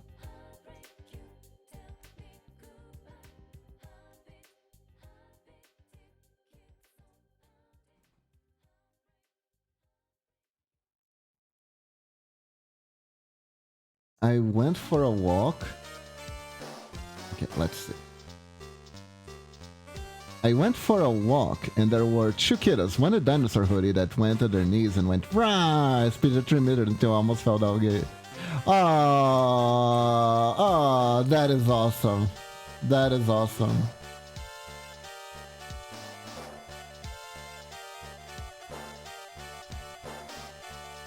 Honestly, I love when kids get to be kids, you know? It's so good to see kids being kids. It's so good.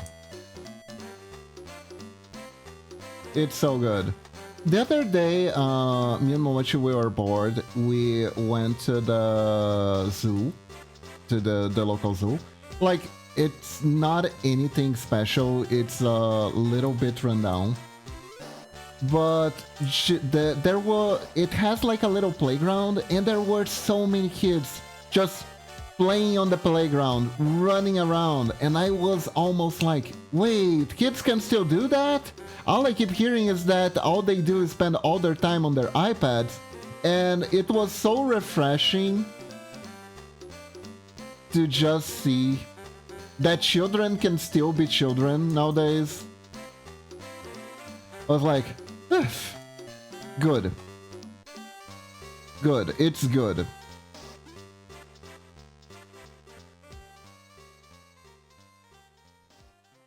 It's good to know that children can still be children, like, no problem.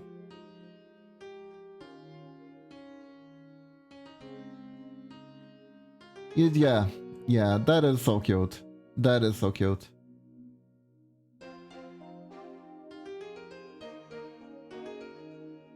Oh my god. Work of art. So, what else do I need to do? Blinking animation would be good. A blinking animation would be very nice. We might be done. Like, Super Fudge has a tail. I thought about putting the tail here, like swinging. But Super Fudge's OC is a lioness. And as far as I remember, lions only raise their tails to poop. Kind of like horses. So, probably for the best to not have the tails risen up, you know what I mean?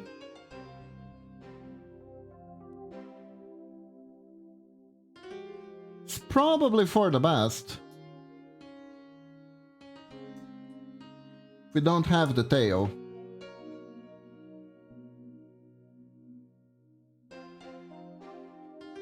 Now, here's the part that I'm not sure. I'm not sure if I should add a blinking animation to the talking.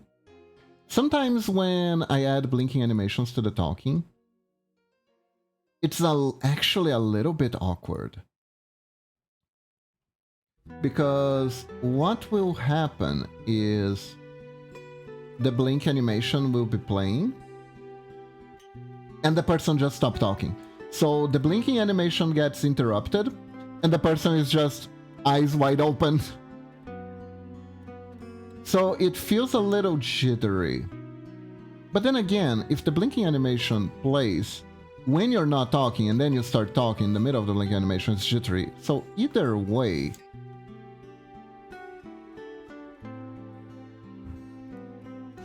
not entirely sure. Quite the conundrum, really. Quite the conundrum. Dude. I was the kind of child that would actually run roaring if given the chance, if given the context of playing, of just pretending to be a dinosaur. That is absolutely a thing I would do. Oh.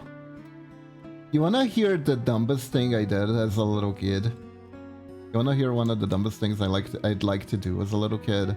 I had this very tiny this very tiny chair that I would use to sit in front of my very tiny TV to play video games.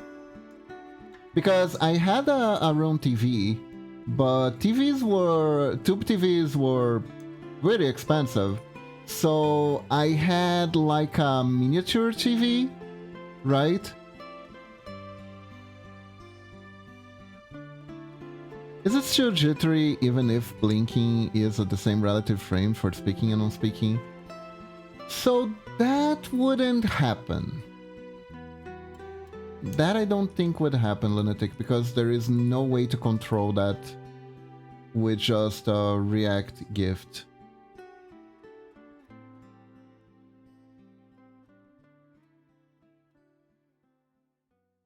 Who blink? Okay, cuties, I gotta go now, playing some games and being silly. Thank you so much for comfy time, Kiba. Have a lovely day, see you all soon. So, what I used to do is I would take the little chair, the little plastic chair, and I would strap it around on my back and pretend I was Bowser and the chair was the turtle shell. So the legs were the spikes from the shell, right? Let's just say you gotta use your imagination a lot for that to work. But that's what I did.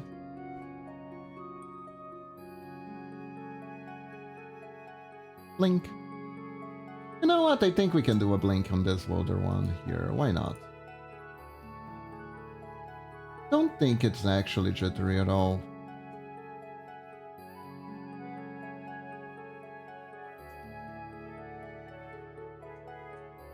Sometimes you convince yourself of stuff that isn't necessarily true. As in, like, say blink at 2050 frames for non-speak, then blink at 2050 frames for both, or 50 frames long, but it is 20 frames, for example. Ah, I see. I mean, that kind of works because it makes sure it doesn't blink too soon.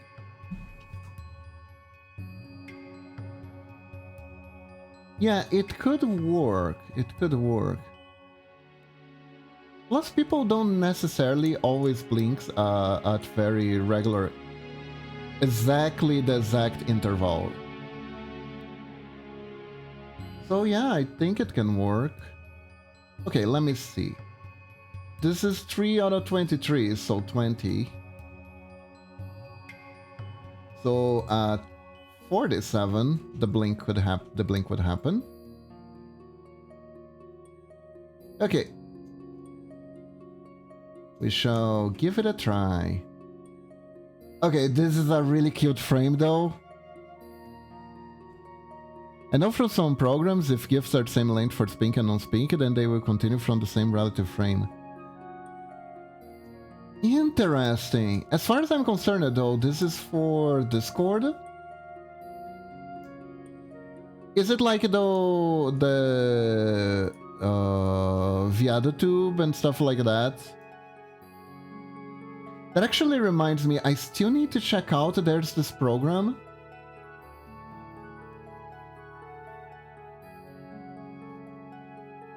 That like really lets you go hard with PNG tubing. ViadoTube does that? Oh, oh, so that's why it was jittery. Ah, I see. Because my experience was exactly with ViadoTube, and I never synced up blinking animation in that. So that's why it was extra jittery. Ow! Hi, kitty kitty! Hello, how are you doing? Hope you're doing good today. So because of that feature, it made it weird. I see.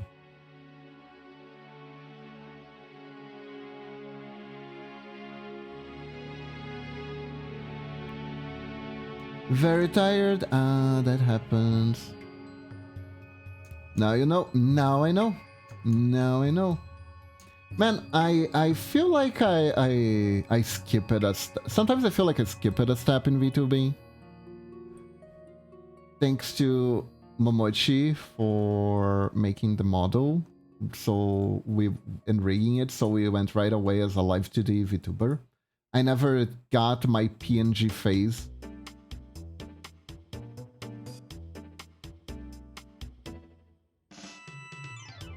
Okay, this is really good.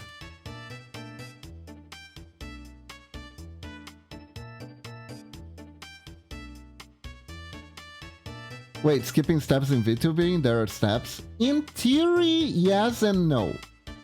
Because, like, ultimately, you start with the resources you have. But let's say... But let's pretend that VTubers are like Digimon. And... I did have a PNG phase for a short while, then did rigging. A lot of people, usually when they start VTubing, they see PNG as a transitory step towards having a model. That changes though. There are people who are pretty successful and pretty good just remaining as PNG tubers, because PNG tubing actually has some really hidden cool features. Like if you take someone like, let's say, Shampai. Shampai, I think technically she has a VTuber model that she barely uses because she prefers PNG tubing because she can draw her PNG tuber in all sorts of different outfits depending on the game she's playing, and it's pretty easy to do. She can do it herself. It doesn't cost a shitload of money to add like a new feature or thing for her. I went by to 3D, I just can't go straight. That's fair. By the way, Kitty, check this out. Idle. Talking. PNG tubing has a lot of benefits, particularly if you're an artist.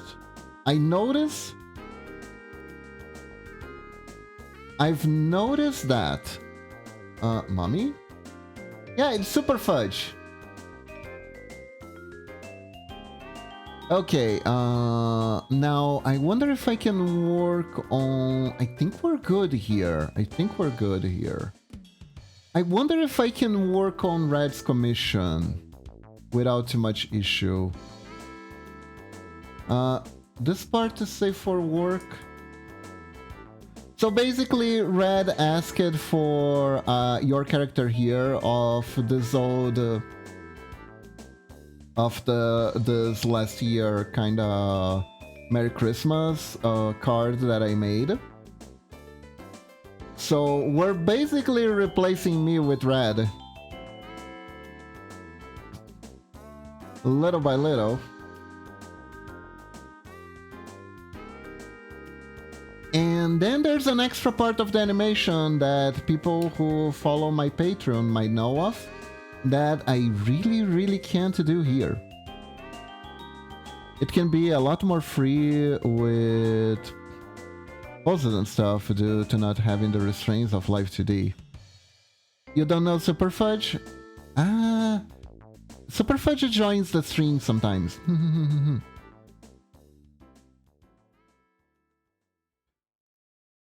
Also, due to reasons, I have decided to drop VTubing for a while. I still remember the title of that post.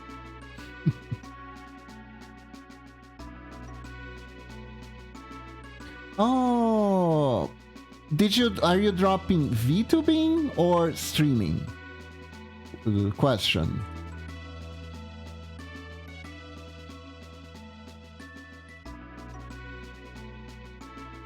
Because that can mean two things. It can mean either you decided that you're actually gonna use a camera, or you're like, Mary Boomas. Exactly!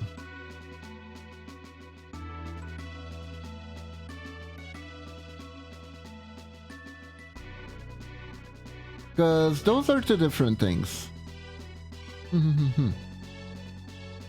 Okay, I think I can add like maybe some Christmas gloves or some Christmas Christmas gauntlets? I don't know why that title stuck so hard in my head, but it did. It's because it's funny. Peter Bean, not streaming. I want to test something. And yes, I'm showing my face for the whole world to see. Oh. Hello, cutie kitty.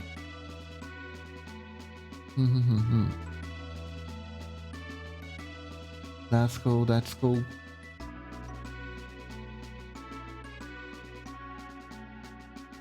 Personally though, I like the avatar. I like the avatar too much. I wouldn't be rid of it, but...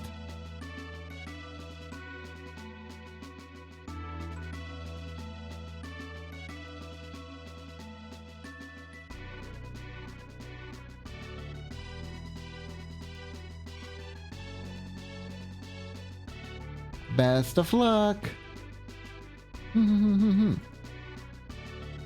Best of luck in your flash tubing career.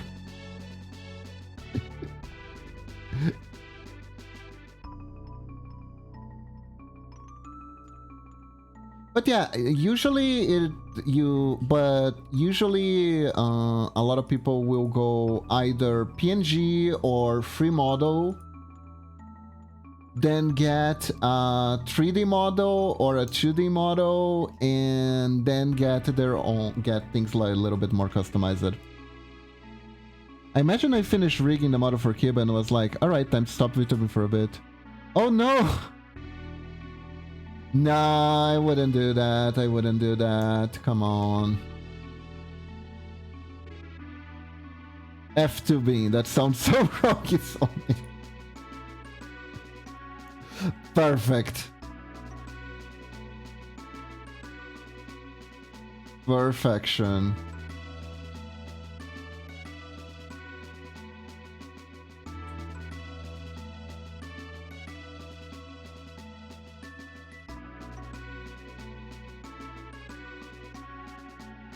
Flesh. Return to the flesh.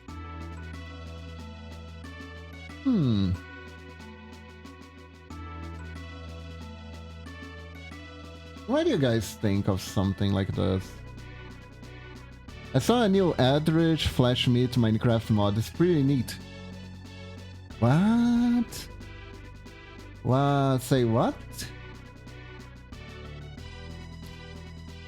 What do you mean new? There's an old Eldritch Flash Meat Minecraft mod? Is this the latest edition? A couple? Okay.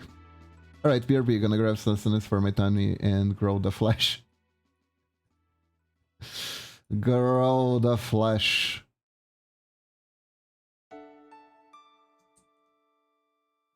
Damn, I know how much it says that Minecraft is secretly a horror game, but damn.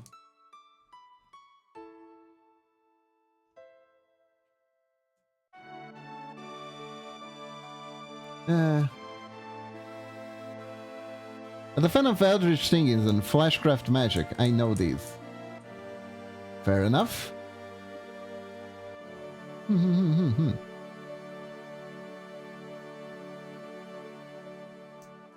I hope they are fun.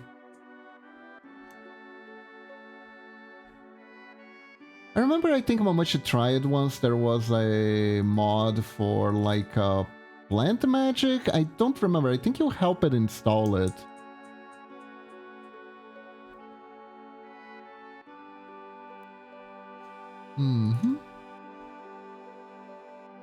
Let me...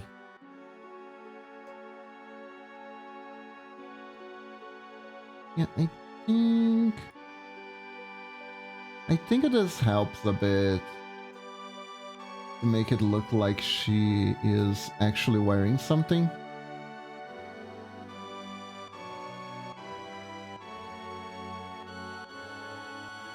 Because TBH,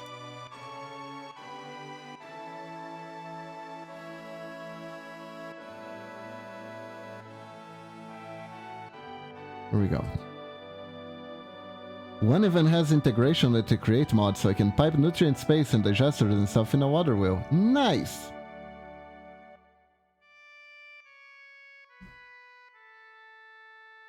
Though, honestly, I still think it still isn't as horrifying as Momochi's Puketopia. That she did on Lunatic, have you ever played Oni? Have you ever played Oni? Oxygen not included. Show a Sting engine in the meat factory. Oh, that looks ghastly.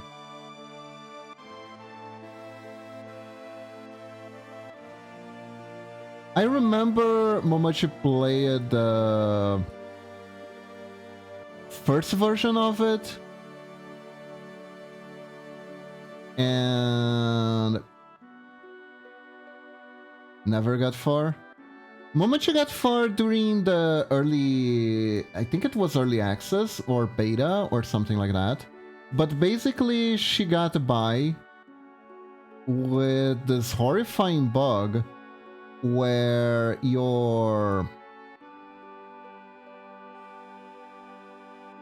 could create an infinite supply of food and water by forcing your characters to be sick and eat their own puke.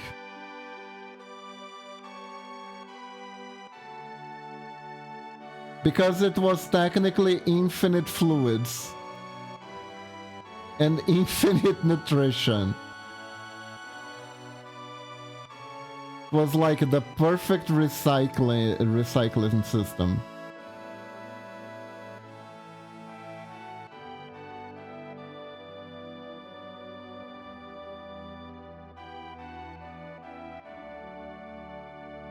It generated polluted water, which you could then purify to gain net positive water. Yeah, exactly. Though I'm not sure she purified, I think she left it polluted in normally. Because it would make them sick, and if they were sick, they would puke more, and that would let her get more water. To this day, I'm still horrified by that.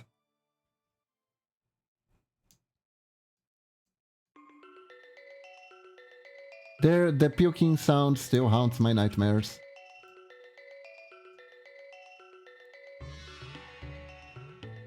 That sounds like Oni. That is Oni. That is Oni. Yes, that's exactly what we're talking about. Momochi playing Oni.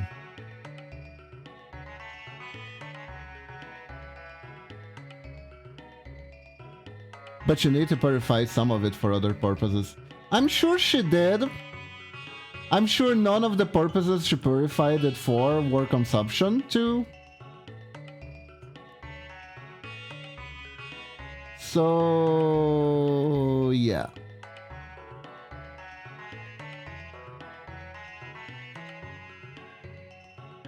Classic Ani. That's our Ani. Ha ha ha ha.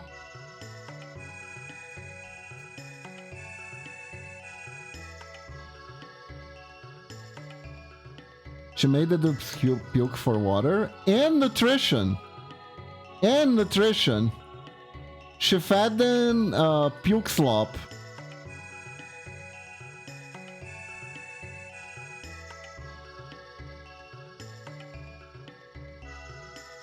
If the Onis could rebel, they would.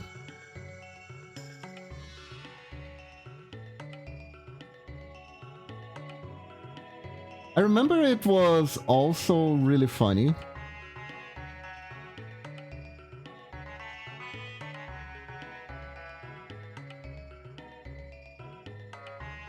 Because she... Obviously, the poor things would be extremely stressed out from the conditions that she was putting them in.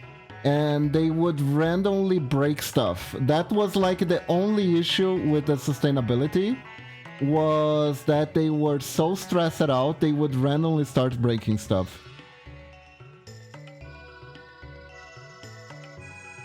That sounds like a Geneva checklist item. It does. They're making a new Oni. It's called Awaiting, where you control a duplicate instead of a colony. Oh, that's interesting. You can get more like close and personal with the duplicant. In a way, you are the duplicant. That is cool. That is cool.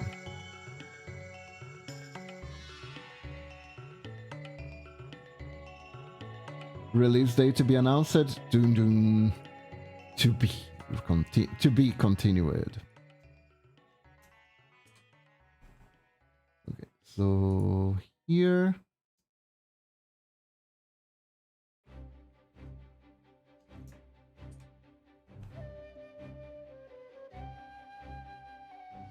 Also, the whole physics simulation system is different. Oh. Okay, that is pretty cool. I feel like, as someone who actually had education in, like,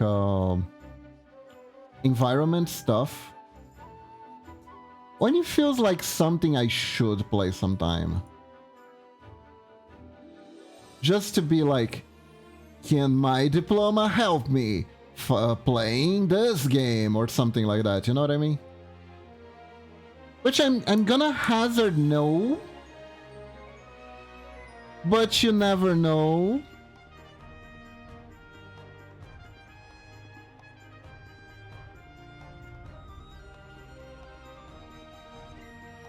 Or Ringworld. Oh, I heard of Ringworld. Ringworld is very savage, isn't it? It's like very wild.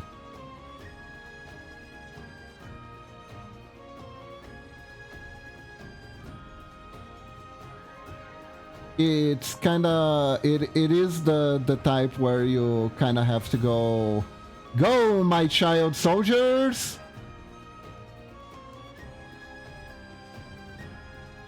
Onward to victory! Or some shit like that.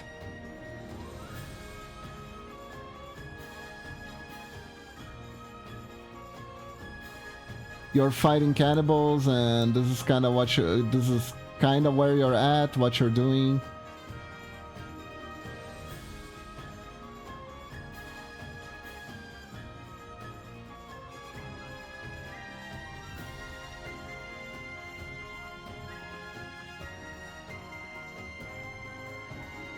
I see. That could be a fun game to play sometimes.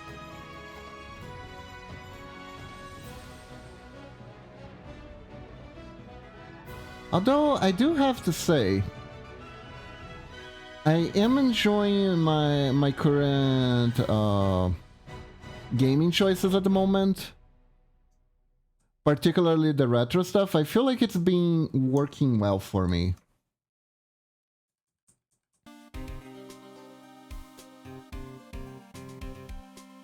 And I hope you guys agree with that too.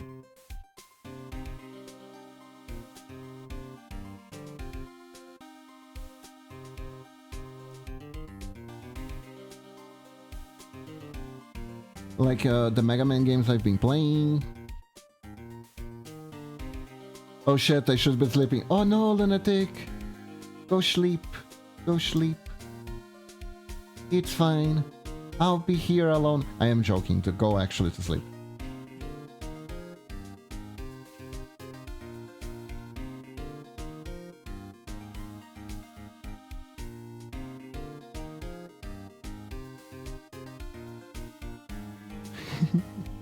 I'm still here. No, I don't want to leave.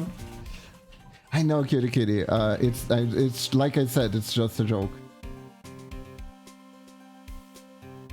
But yeah, go to sleep, lunatic. Go to sleep. It's fine. Especially because Cutie Kitty is here with me.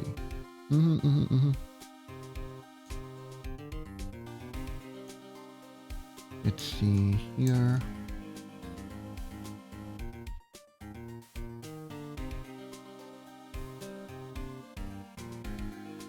Okay, this is a good frame. This is a good frame. We have to update the hat.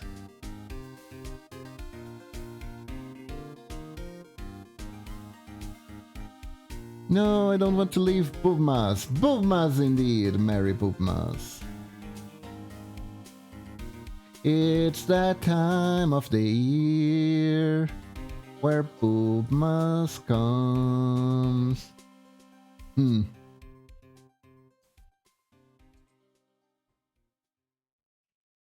Man, White Christmas, huh? That is a line.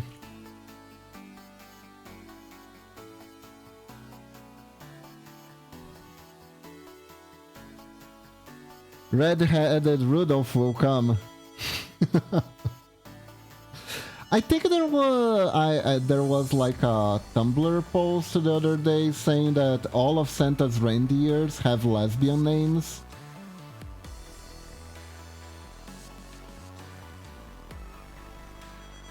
There's a YouTuber that goes by the name of Seymour. Seymour says he reads Tumblr posts for a living, essentially.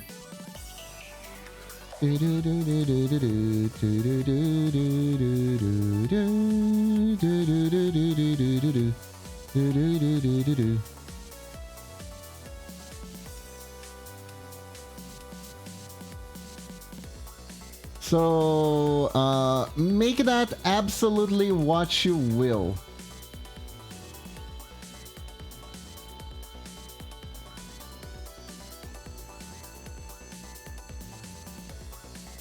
Thank you for the pet, Lunatic.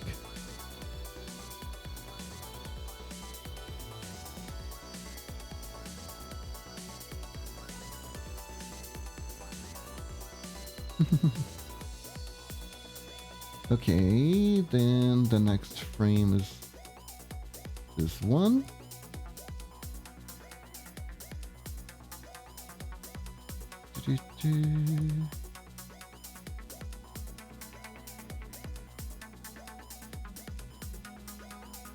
Change here. This is like an improvised your character here, because when I first made this, I didn't really think about the your character here angle. I just wanted to do a cool animation. Maybe I'll make a your character here version of this. It'd be cool.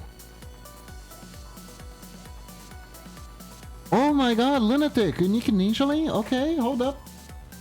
Tell me. What is it that you desire? What is the unique ninjaling you desire?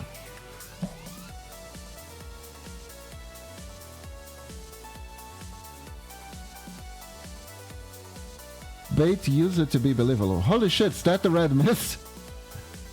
So, you want a Gebura ninjaling? Let me put here. Let me put you down for a Gebura ninjaling.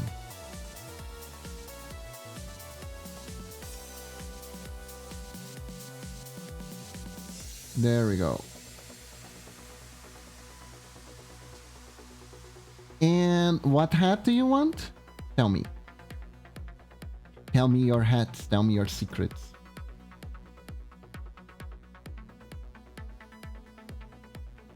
Matching red mist manifested ego head.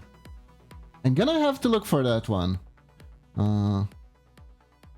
Red. But sure. Oh, if you actually can send me like some references for that, I would really appreciate it. I would really appreciate it. Here we go.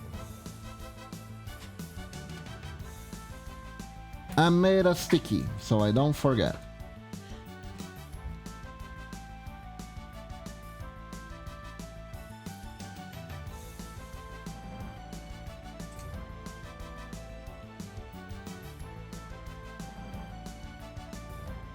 I won't forget because it's sticky now.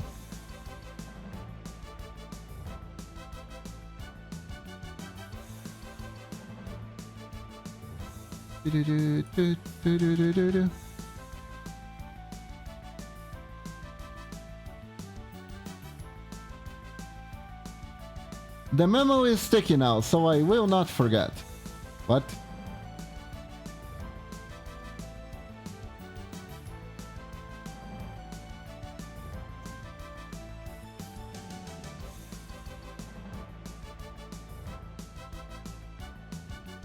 Do you think there's like an office prawn?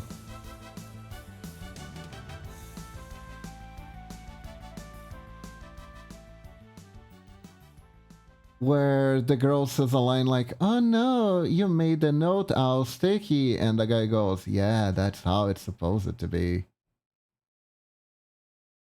So the unique ninjaling is something you make. So let me show it properly. Here's what I do. We have the ninjaling. We have the ninjaling source, right? And basically, when you request a custom ninjaling, what I'll do is I'll make a sprite edit on top of the ninjaling. So the ninjaling is mimicking the character you want. So Momochi requested a made ninjaling. So that's the result. The custom ninjaling will have the same animations as the regular one, but it will be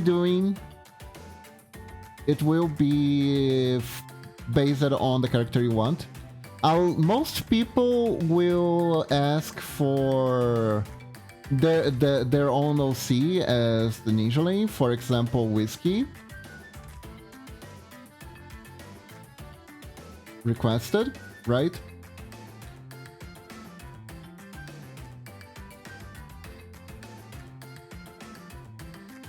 And yeah. It's like further customization from just having a hat. Because unfortunately, I can't just make outfits for the ninjalings. It doesn't work like that. I can't like.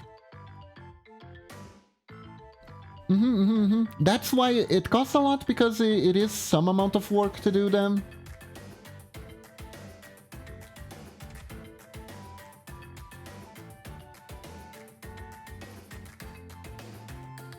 So if I made them cost too little, I would probably be doing them forever.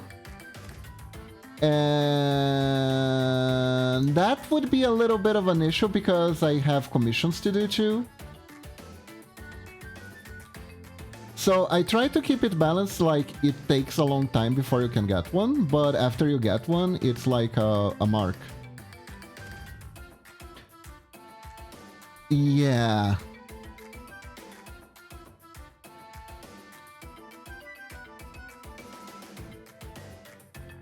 Being a tier 3 sub that lurks a lot means Lunatic has all the points to force me to make whatever the hell he wants me to. Yeah.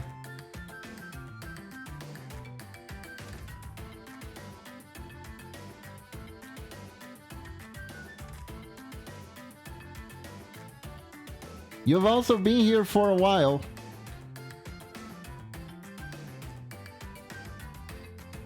So that helps too.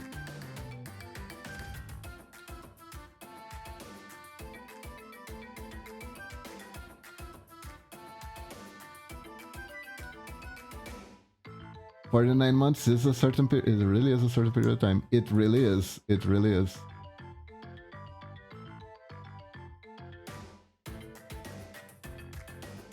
Kirikiri has been following for 4 years, 22 days and 1 hour. Lunatic has been following for 4 years, 9 days and 23 hours. Damn!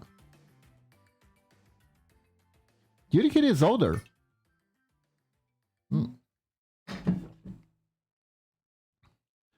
Man, the tier 3 thing really makes a difference, huh?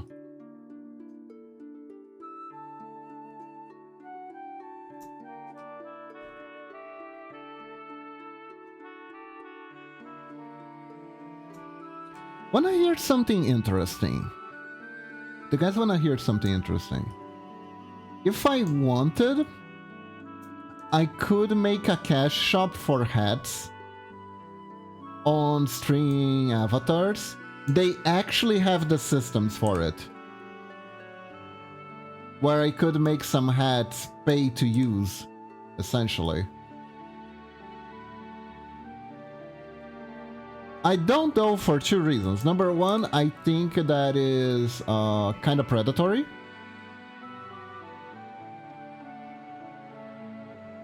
Also, if I've cut essentially everyone of your strings here, but that is true, Lunatic.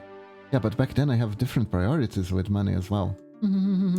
No, that is fair, that is fair. That is fair. Like I was saying, for some reason, string avatars would technically let me sell hats to you. For a cut, of course. But I don't do that. Because, one, the pay-to-win aspect feels a little icky. And like, I'm trying to make certain people be like, be considered VIPs because they have hats. It feels like those mobile games that tend to do this, right? Where, oh, you don't have the rare equipment, you're not as late as us, or something like that. I don't want that in my stream. I was very responsible with my money back then, god damn it. Ah, that is true.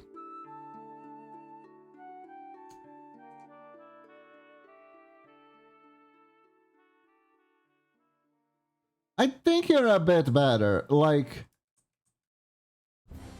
Let's be real here, Lunatic. I only have as many emote slots as I do because you literally paid them for me.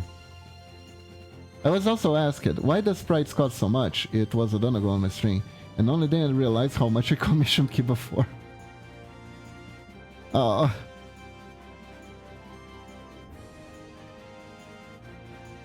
Game sprites are hard. Kinda wish I could charge less, but they do take a long time to make.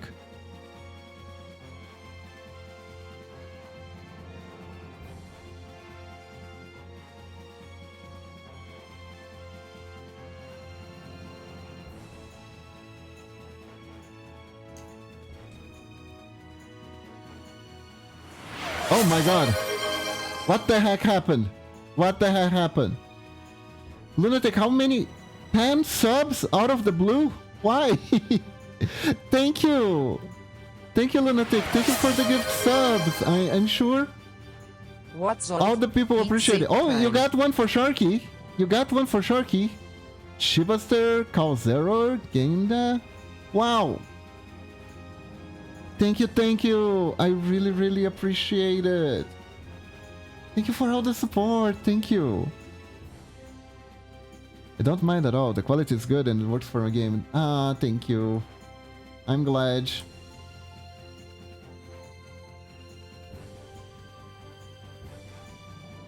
Honestly, it would probably kill me a little bit if someone was like, yeah, actually I think the sprites look kind of shit, so I want my money back now. I'd probably die a little bit, not gonna lie.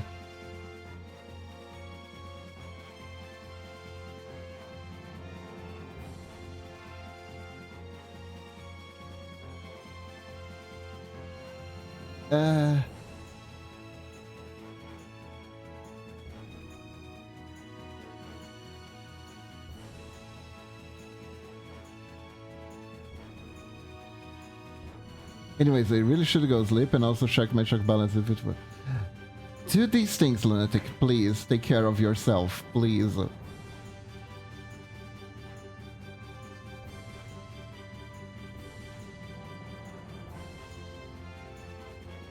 I am an impulse buyer. Don't buy impulsively.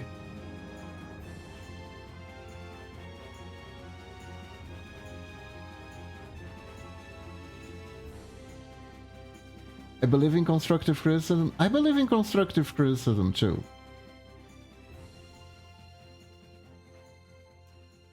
Because like if there is something you don't like, I'm always open for it, right? And more importantly, I'm open to finding a way to fix it. If I get like absolutely nothing outside of, oh, I didn't like it, I'm gonna be a little bit confused. Gonna be a little bit wide, a little but why though? I mean, I don't understand.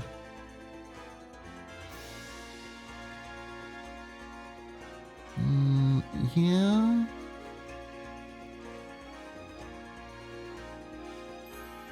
Okay, so here's one thing. Back when I drew these sprites for the first time, I like them. They're really good. But there are some how do I say, less than optimal anatomy decisions here, particularly with the arms. Okay, I'm still good. That is good. That is good. What a relief. Did I ever tell you guys one of my most terrifying experiences? This happened to me a long time ago. I was doing my... I had this class that I was doing that was at the capital of the state I live in, the capital city of the state I live in. So during that time, I had to live on a very tight budget because I needed money to eat outside the house 3 times a week, which is a lot. It is a lot to eat outside home 3 times a week. Sometimes twice per day, even, because sometimes I would have to eat both lunch and dinner. And also have money for intercity bus, to catch the intercity bus, right? So because of that, I had to live on a very tight budget. But so what happened was that I was living on this tight budget, and there was like a weird mistake that happened with my account.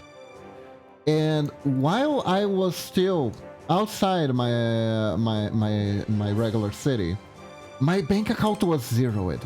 My bank account was completely zeroed, and I was certain that I was checking my bank balance, everything was okay. It was zeroed, and I had just bought something, so it went into the negative. And I don't know if you ever got your bank account negative, right? But the way they do it here is that you have to pay interest for every day that your bank account is negative. So if your bank account is like $10 negative, you get compounding interest per day that is $10 negative. So it's like you're 10 bucks negative, next day you're $20 negative, next day you're $100 negative, next day you are, I don't know, $500 negative, you know, that kind of stuff. It like ramps up exponentially. So it was really scary for me to even think that I could be going completely broke. Turns out it was like a mistake on the bank part. My mom bailed me out, so the account wouldn't be on the negative until we managed to settle everything. I still to this day don't remember exactly what happened, but thank God it wasn't for real. But like, I was so stressed, so stressed, because I was trying so hard to make sure that I had money for everything. There was a time I even developed some stomach troubles because I decided to eat nothing but hot dogs for lunch, which was a mistake. Don't do that. But they were cheap. And they were kind of yummy, honestly. They were like these hot dogs that instead of regular hot dog sausage, you would have like I don't know what's the difference. Here in Brazil we call it linguiça, which is like that special barbecue hot dog, not like the regular one from supermarket that's orange. I guess it's sausage? I guess hot dog sausage is called weenie, and regular sausage is sausage, so that one, the German one, right? So they would make that one, and it would have like cheddar fries, bacon. It was like very, very good. It was very, very good. Very special. I really enjoyed that one. So yeah, that threw me into a panic essentially, and Lunatic, go to sleep. Go to bed, please. You probably have work tomorrow. Choo choo! Heck yeah!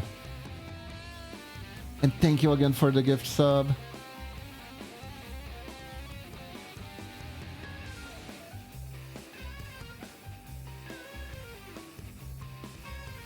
So yeah, that was the story. That gave me a little heart attack. To this day, I can still be a little bit paranoid when it comes to like expenditures because of what happened that day.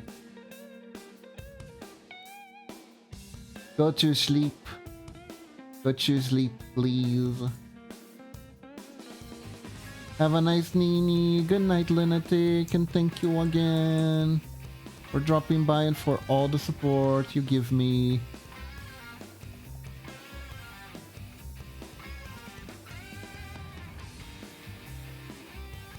I got distracted. That is fair. That is fair. It was really... One thing that happened yesterday that was really funny. I was animating Super Fudge, right?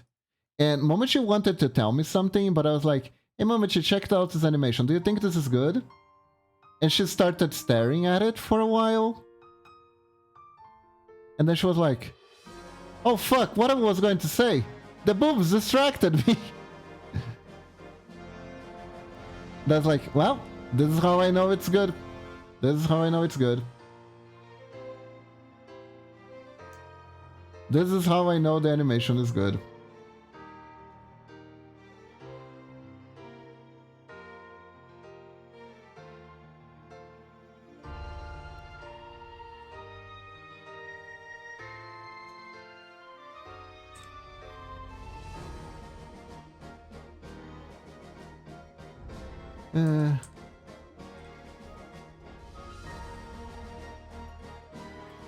There we go.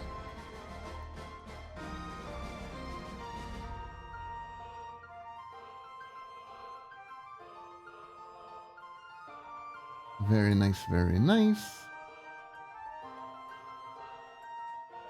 Let's see if we can end this cycle on time for the end of the string. It would be nice.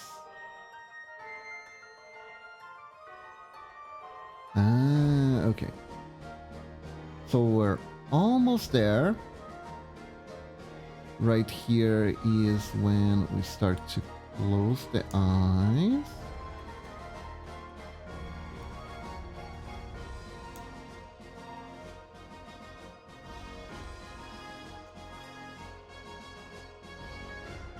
There we go.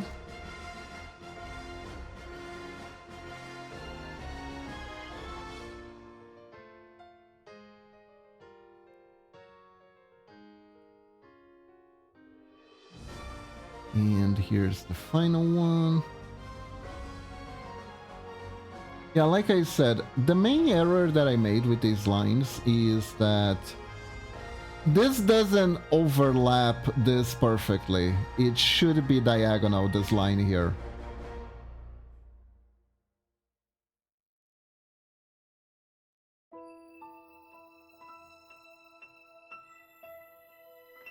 I haven't really gotten back to fix this animation because I don't really believe too much in fixing old animations, like let your mistakes haunt you kind of situation. And improve on the next one. Also because if I did that, it would be kind of like with my game where I keep going back every time I learn something new. And I never get past the first stage because of that.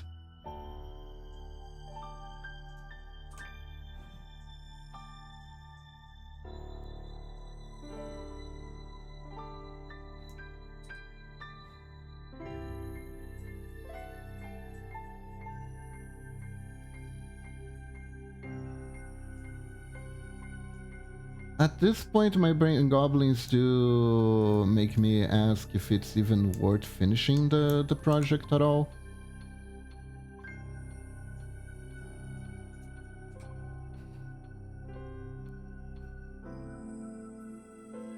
But maybe I just need to like take a month where I don't take commissions and I just finish the project. I just make the project.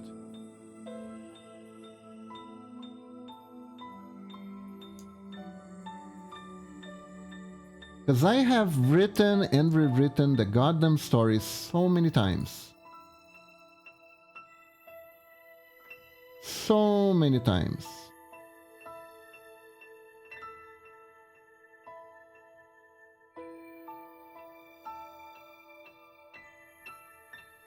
Moving goalposts and stuff.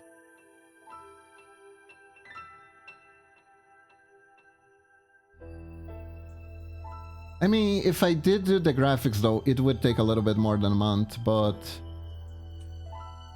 The graphics, I think it's the easy part.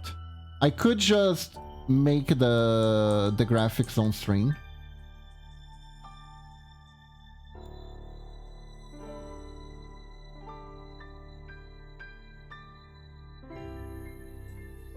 And work on commissions on regular days and make all the graphics on stream. That's the easy part. I pretty much did that once and it worked. I got like 90% of the graphics ready. Do I want to redo the graphics now because I learned a lot of stuff compared to back then? Yes. Are there part of the graphics that are still very valid and I want to use them? Sure.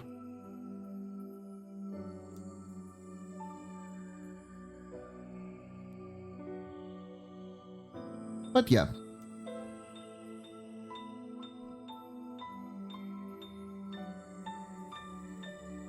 Maybe one day. Maybe one day.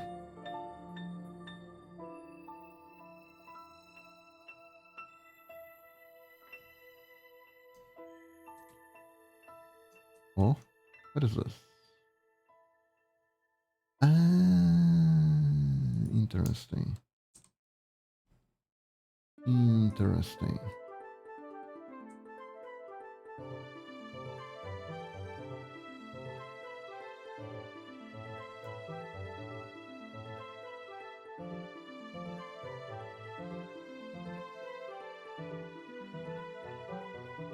So, if you have a lot of commissions, does that mean you won't be accepting any? I never really reached a point yet in my commissioning career where I'd had to stop taking commissions, right? But theoretically, if there does come a day where I have too much stuff to do, I would stop taking them because I don't think it's fair for the person who's commissioning me to wait a long time. And I also think it's a little bit also for my own mental health, because I do have this thing where I'm very like I'm somewhat obsessive when it comes to completing tasks that are given to me. Like, I can get stressed if, like, let's say I have a commission that I need to make, like this one. Okay, let's actually I do have the perfect example. So last week I had to fix up my PC, right? It was something small. My antivirus subscription was running out and I wasn't happy with it because it's fucking Norton and fucking Norton is horrible. But because I had the subscription for a whole year, it was like a family accounting. My mom had Norton on her PC too.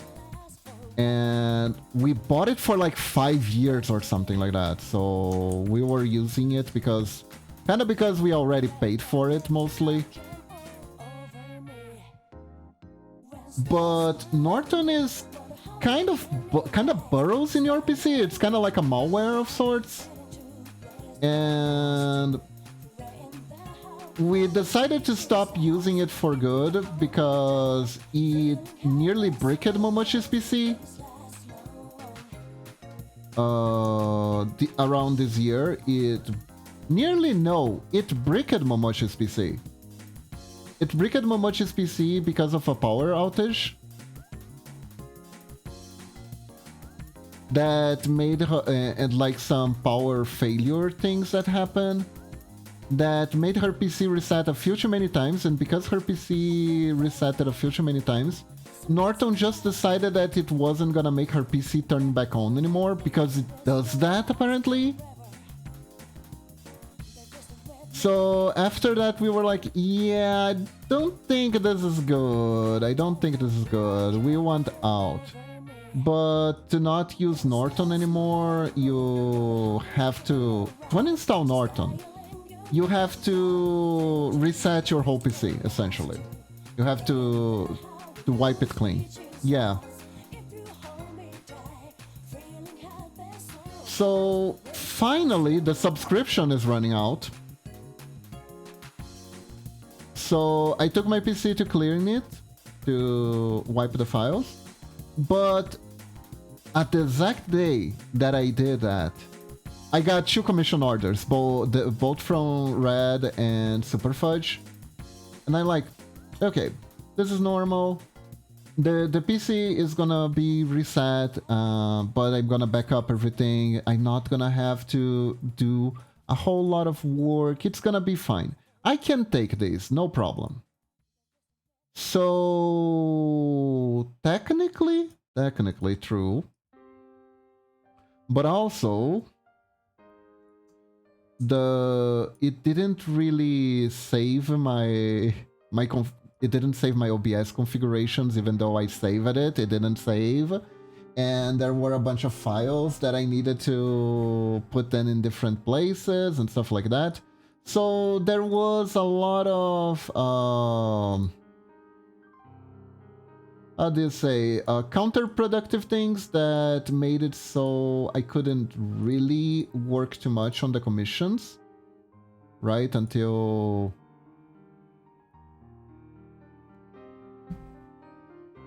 now. So did I get stressed over it? Yes, a little bit. I actually, I believe I even had like a nightmare about it, where I was gonna try to work it and the PC would like crash out and something like that. So I get a little anxious, more than I should sometimes, because like I got commissioned by these 2 without like no expectations of deadlines or anything like that. So I really shouldn't worry, but I still do. It's kind of why I do my work so fast. There's a smidge of desperation in there. I know that Phil actually got anxiety attacks if I can put my PC. And it makes sense, right? Because all your work is there. That's the thing. I get really anxious with things related to my PC, because my livelihood depends on my PC, right? All my files, all the things I do, it's on my PC, and yes, I can make backup off it, but doesn't mean I can get back to work right away if something happens. There's a part of me that kind of wanted to have an iPad. There is like another spriter tool called Resprite that apparently works well on iPads, right?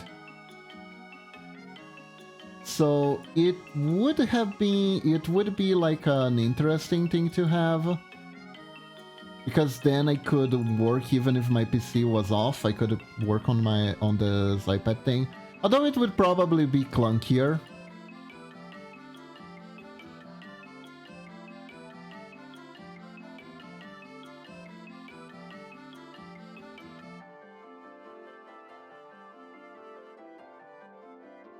I don't care about the game, it's how I can recover that, but documents and such, how if I lose my game project drive me to... Yeah! Exactly! Exactly!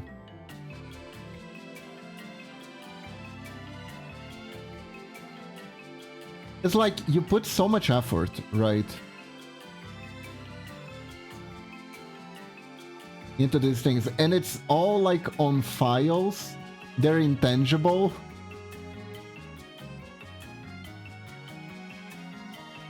And if like you don't get the backups and stuff like that, it is really scary. It is really scary.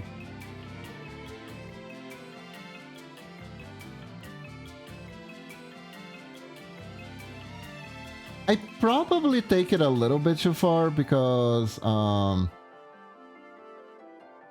like one of the reasons I haven't like tried to use emulator to play old games, even though there are some old games that I think would be golden for streaming, right? Would be golden for streaming. It's because I don't know anymore any good resources for any good reliable resources for like emulation. Like having the emulator is one thing, you can get those on Steam. But getting the actual ROM files for games that I totally own,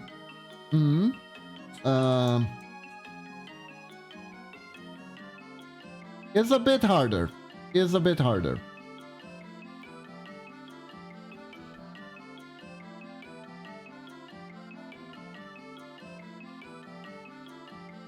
Also, I noticed something the other day. I have so many. So many. But so many. 3DS game, 3DS and Game Boy Advance games. Like, if there was a way for me to connect a game capture to them, I could stream so much cool stuff. There is so much cool stuff. I'm actually sitting on so many cool games that I could stream.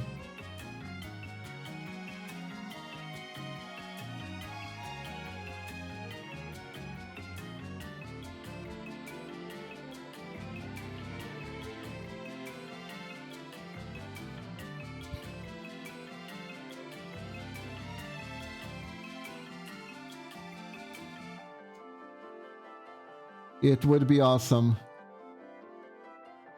Unfortunately, as far as I'm concerned, the only way to game capture a 3DS is to crack it open. You kind of have to ruin your 3DS in order to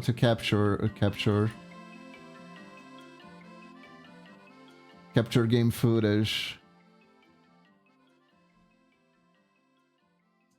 And I don't even know if there's anyone around here in Brazil that even has the tech to do it.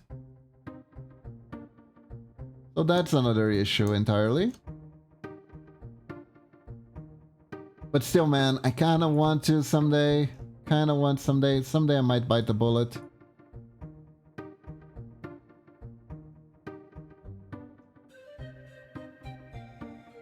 Speaking of, let me quickly back up my project, Cloud. Yeah.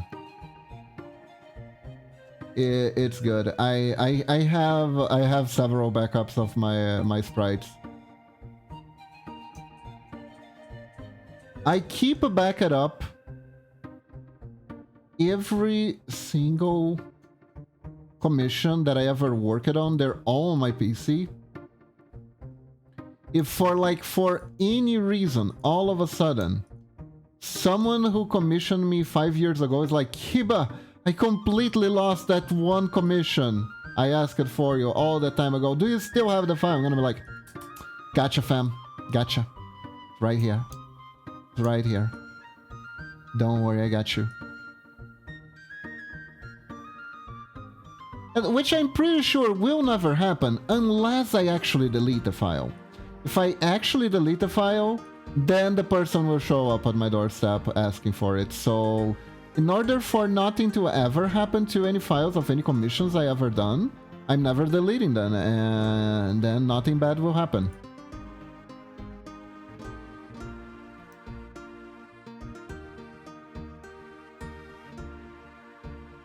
The song also, is this from a game you talked about recently? This song? Okay, so yes, and because I talk about this game all the time because it kind of changed how I look at pixel art a little bit. The name of the song is called Melody of Mushrooms by Momo Games. It is from Flipwitch, the very much not available on Twitch game that Momochi played on Discord once because she was gifted the game. And it was probably one of the nicest Shimentai games I ever seen.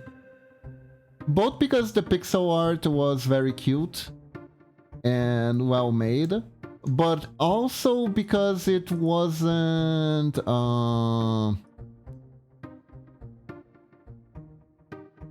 it was, let's say, lighter in some of the elements that make me less comfortable with playing games like this. Like, there was a lot of sex scenes, don't get me wrong, but they were presented in a more light note. They were lighter. They were presented with a lighter tone than these usually are in other games, in games of the type. Which I thought was nice. And it was actually a challenging platform. Momochi had a really hard time. It was enjoyable seeing her play that.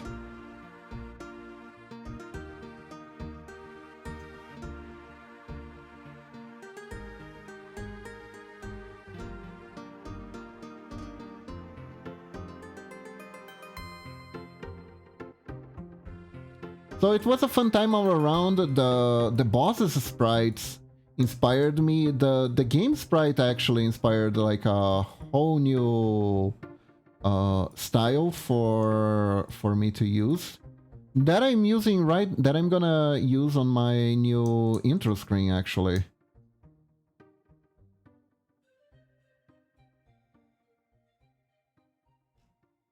It inspired me because I was like, oh, interesting, they did it like this, like this, like this, but maybe if I could change the proportions like this, like this, like this, I couldn't make it different, and it could look really good. So basically, it sparked an idea to make the style the style different, and in a way that I like it.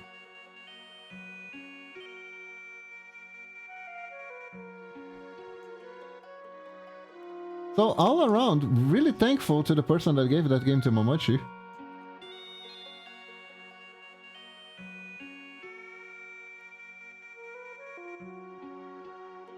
It unexpectedly helped me tremendously.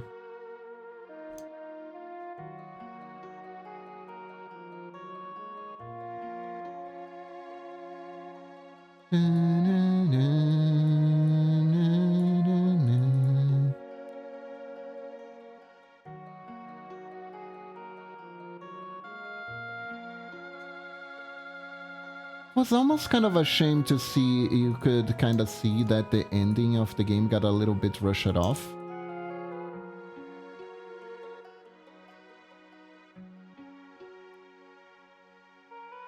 But it was like a huge project, so I can understand.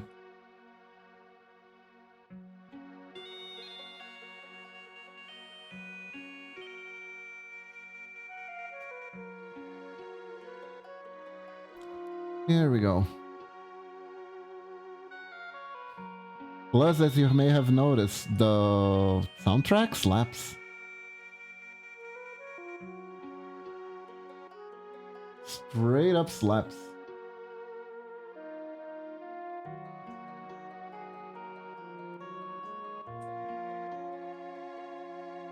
Oh, this is the wrong layer. My bad. This is still the wrong layer. My bad. Let's look for the right layer together. Whoa. There we go. This is the right... Are we on the right layer? No. We're supposed to be on the right layer, so what gives? Oh, oops. Well, that is funny. I am sorry, Mr. Stark. Your clothing item is in another layer.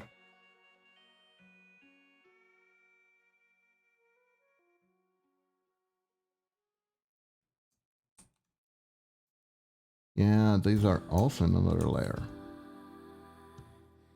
Okay, so let's see. How well is everything?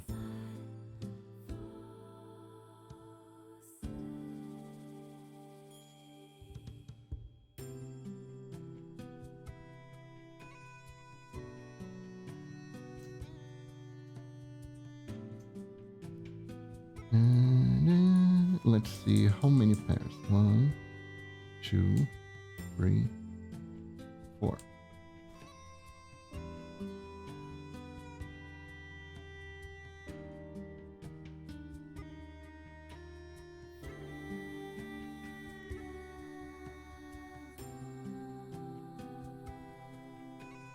Have you guys ever heard of the rule of 3 in writing? The rule of 3 says that if you want your character to overcome a difficulty and to convey that it is hard, what you must do is make them try a total of 3 times and only allow them to succeed at the third time. 1, 2, 3, 4. Now, it doesn't have to be always 3 times. You could use other numbers. But 3 is kind of an optimized... it's kind of optimized for something to feel earned. It's like, how do I make this feel earned without wasting too much time of the story? 1, 2, 3, 4. Okay.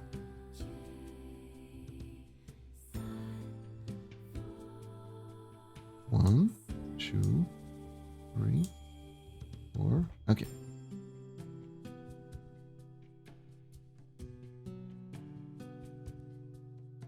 So this frame and this. There we go. And that's the part of the commission that I can make on stream. That's all of the commission I can make on stream.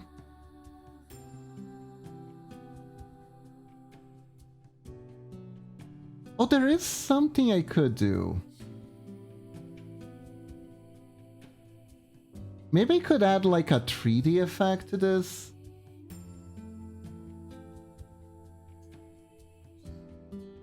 Where like when the pendant is here, it is a little bit shorter because it's looking up.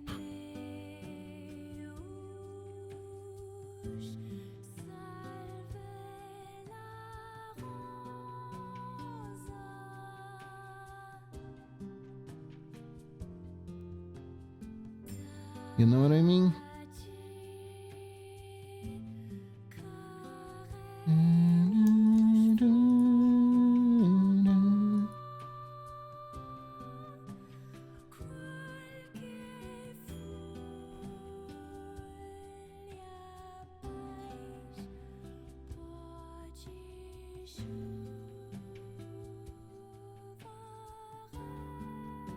God, Nier Automata music is so pretty.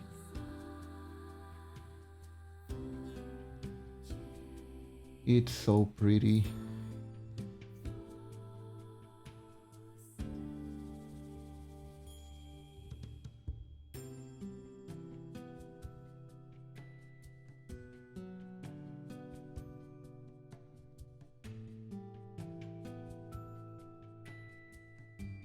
Okay, so that works. I want to experiment a little bit. Okay, let's get a little bit too greedy, because I don't know this can work in pixel art.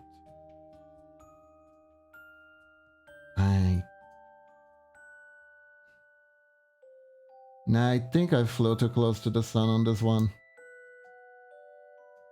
It can only work if I could do this, theoretically. So no, for pixel art, we're gonna have to use a slightly distorted perspective. Yeah, but there you go. This works. This works. This works very well. So, with that said, everyone, thank you all very much for coming. I really, really appreciate it. I hope you all have a wonderful day or night. This is all the time I have for today for streaming. So thank you all for joining. And now we find someone to raid today. Who should we raid? Who should we raid today? Who is on? Not a whole lot of people I know on right now. That's interesting.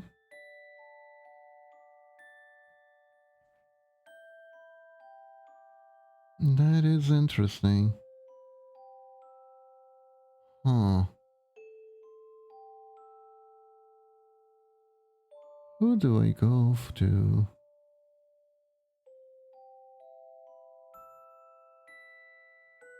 Well, I see someone arting. Let's go to then. Let's see.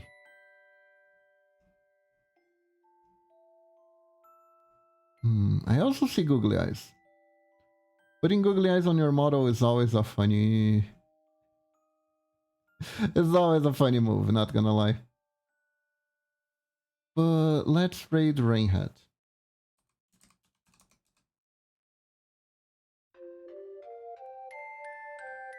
So, everyone, thank you all for joining me. I hope you all have a wonderful day or night. Stay awesome.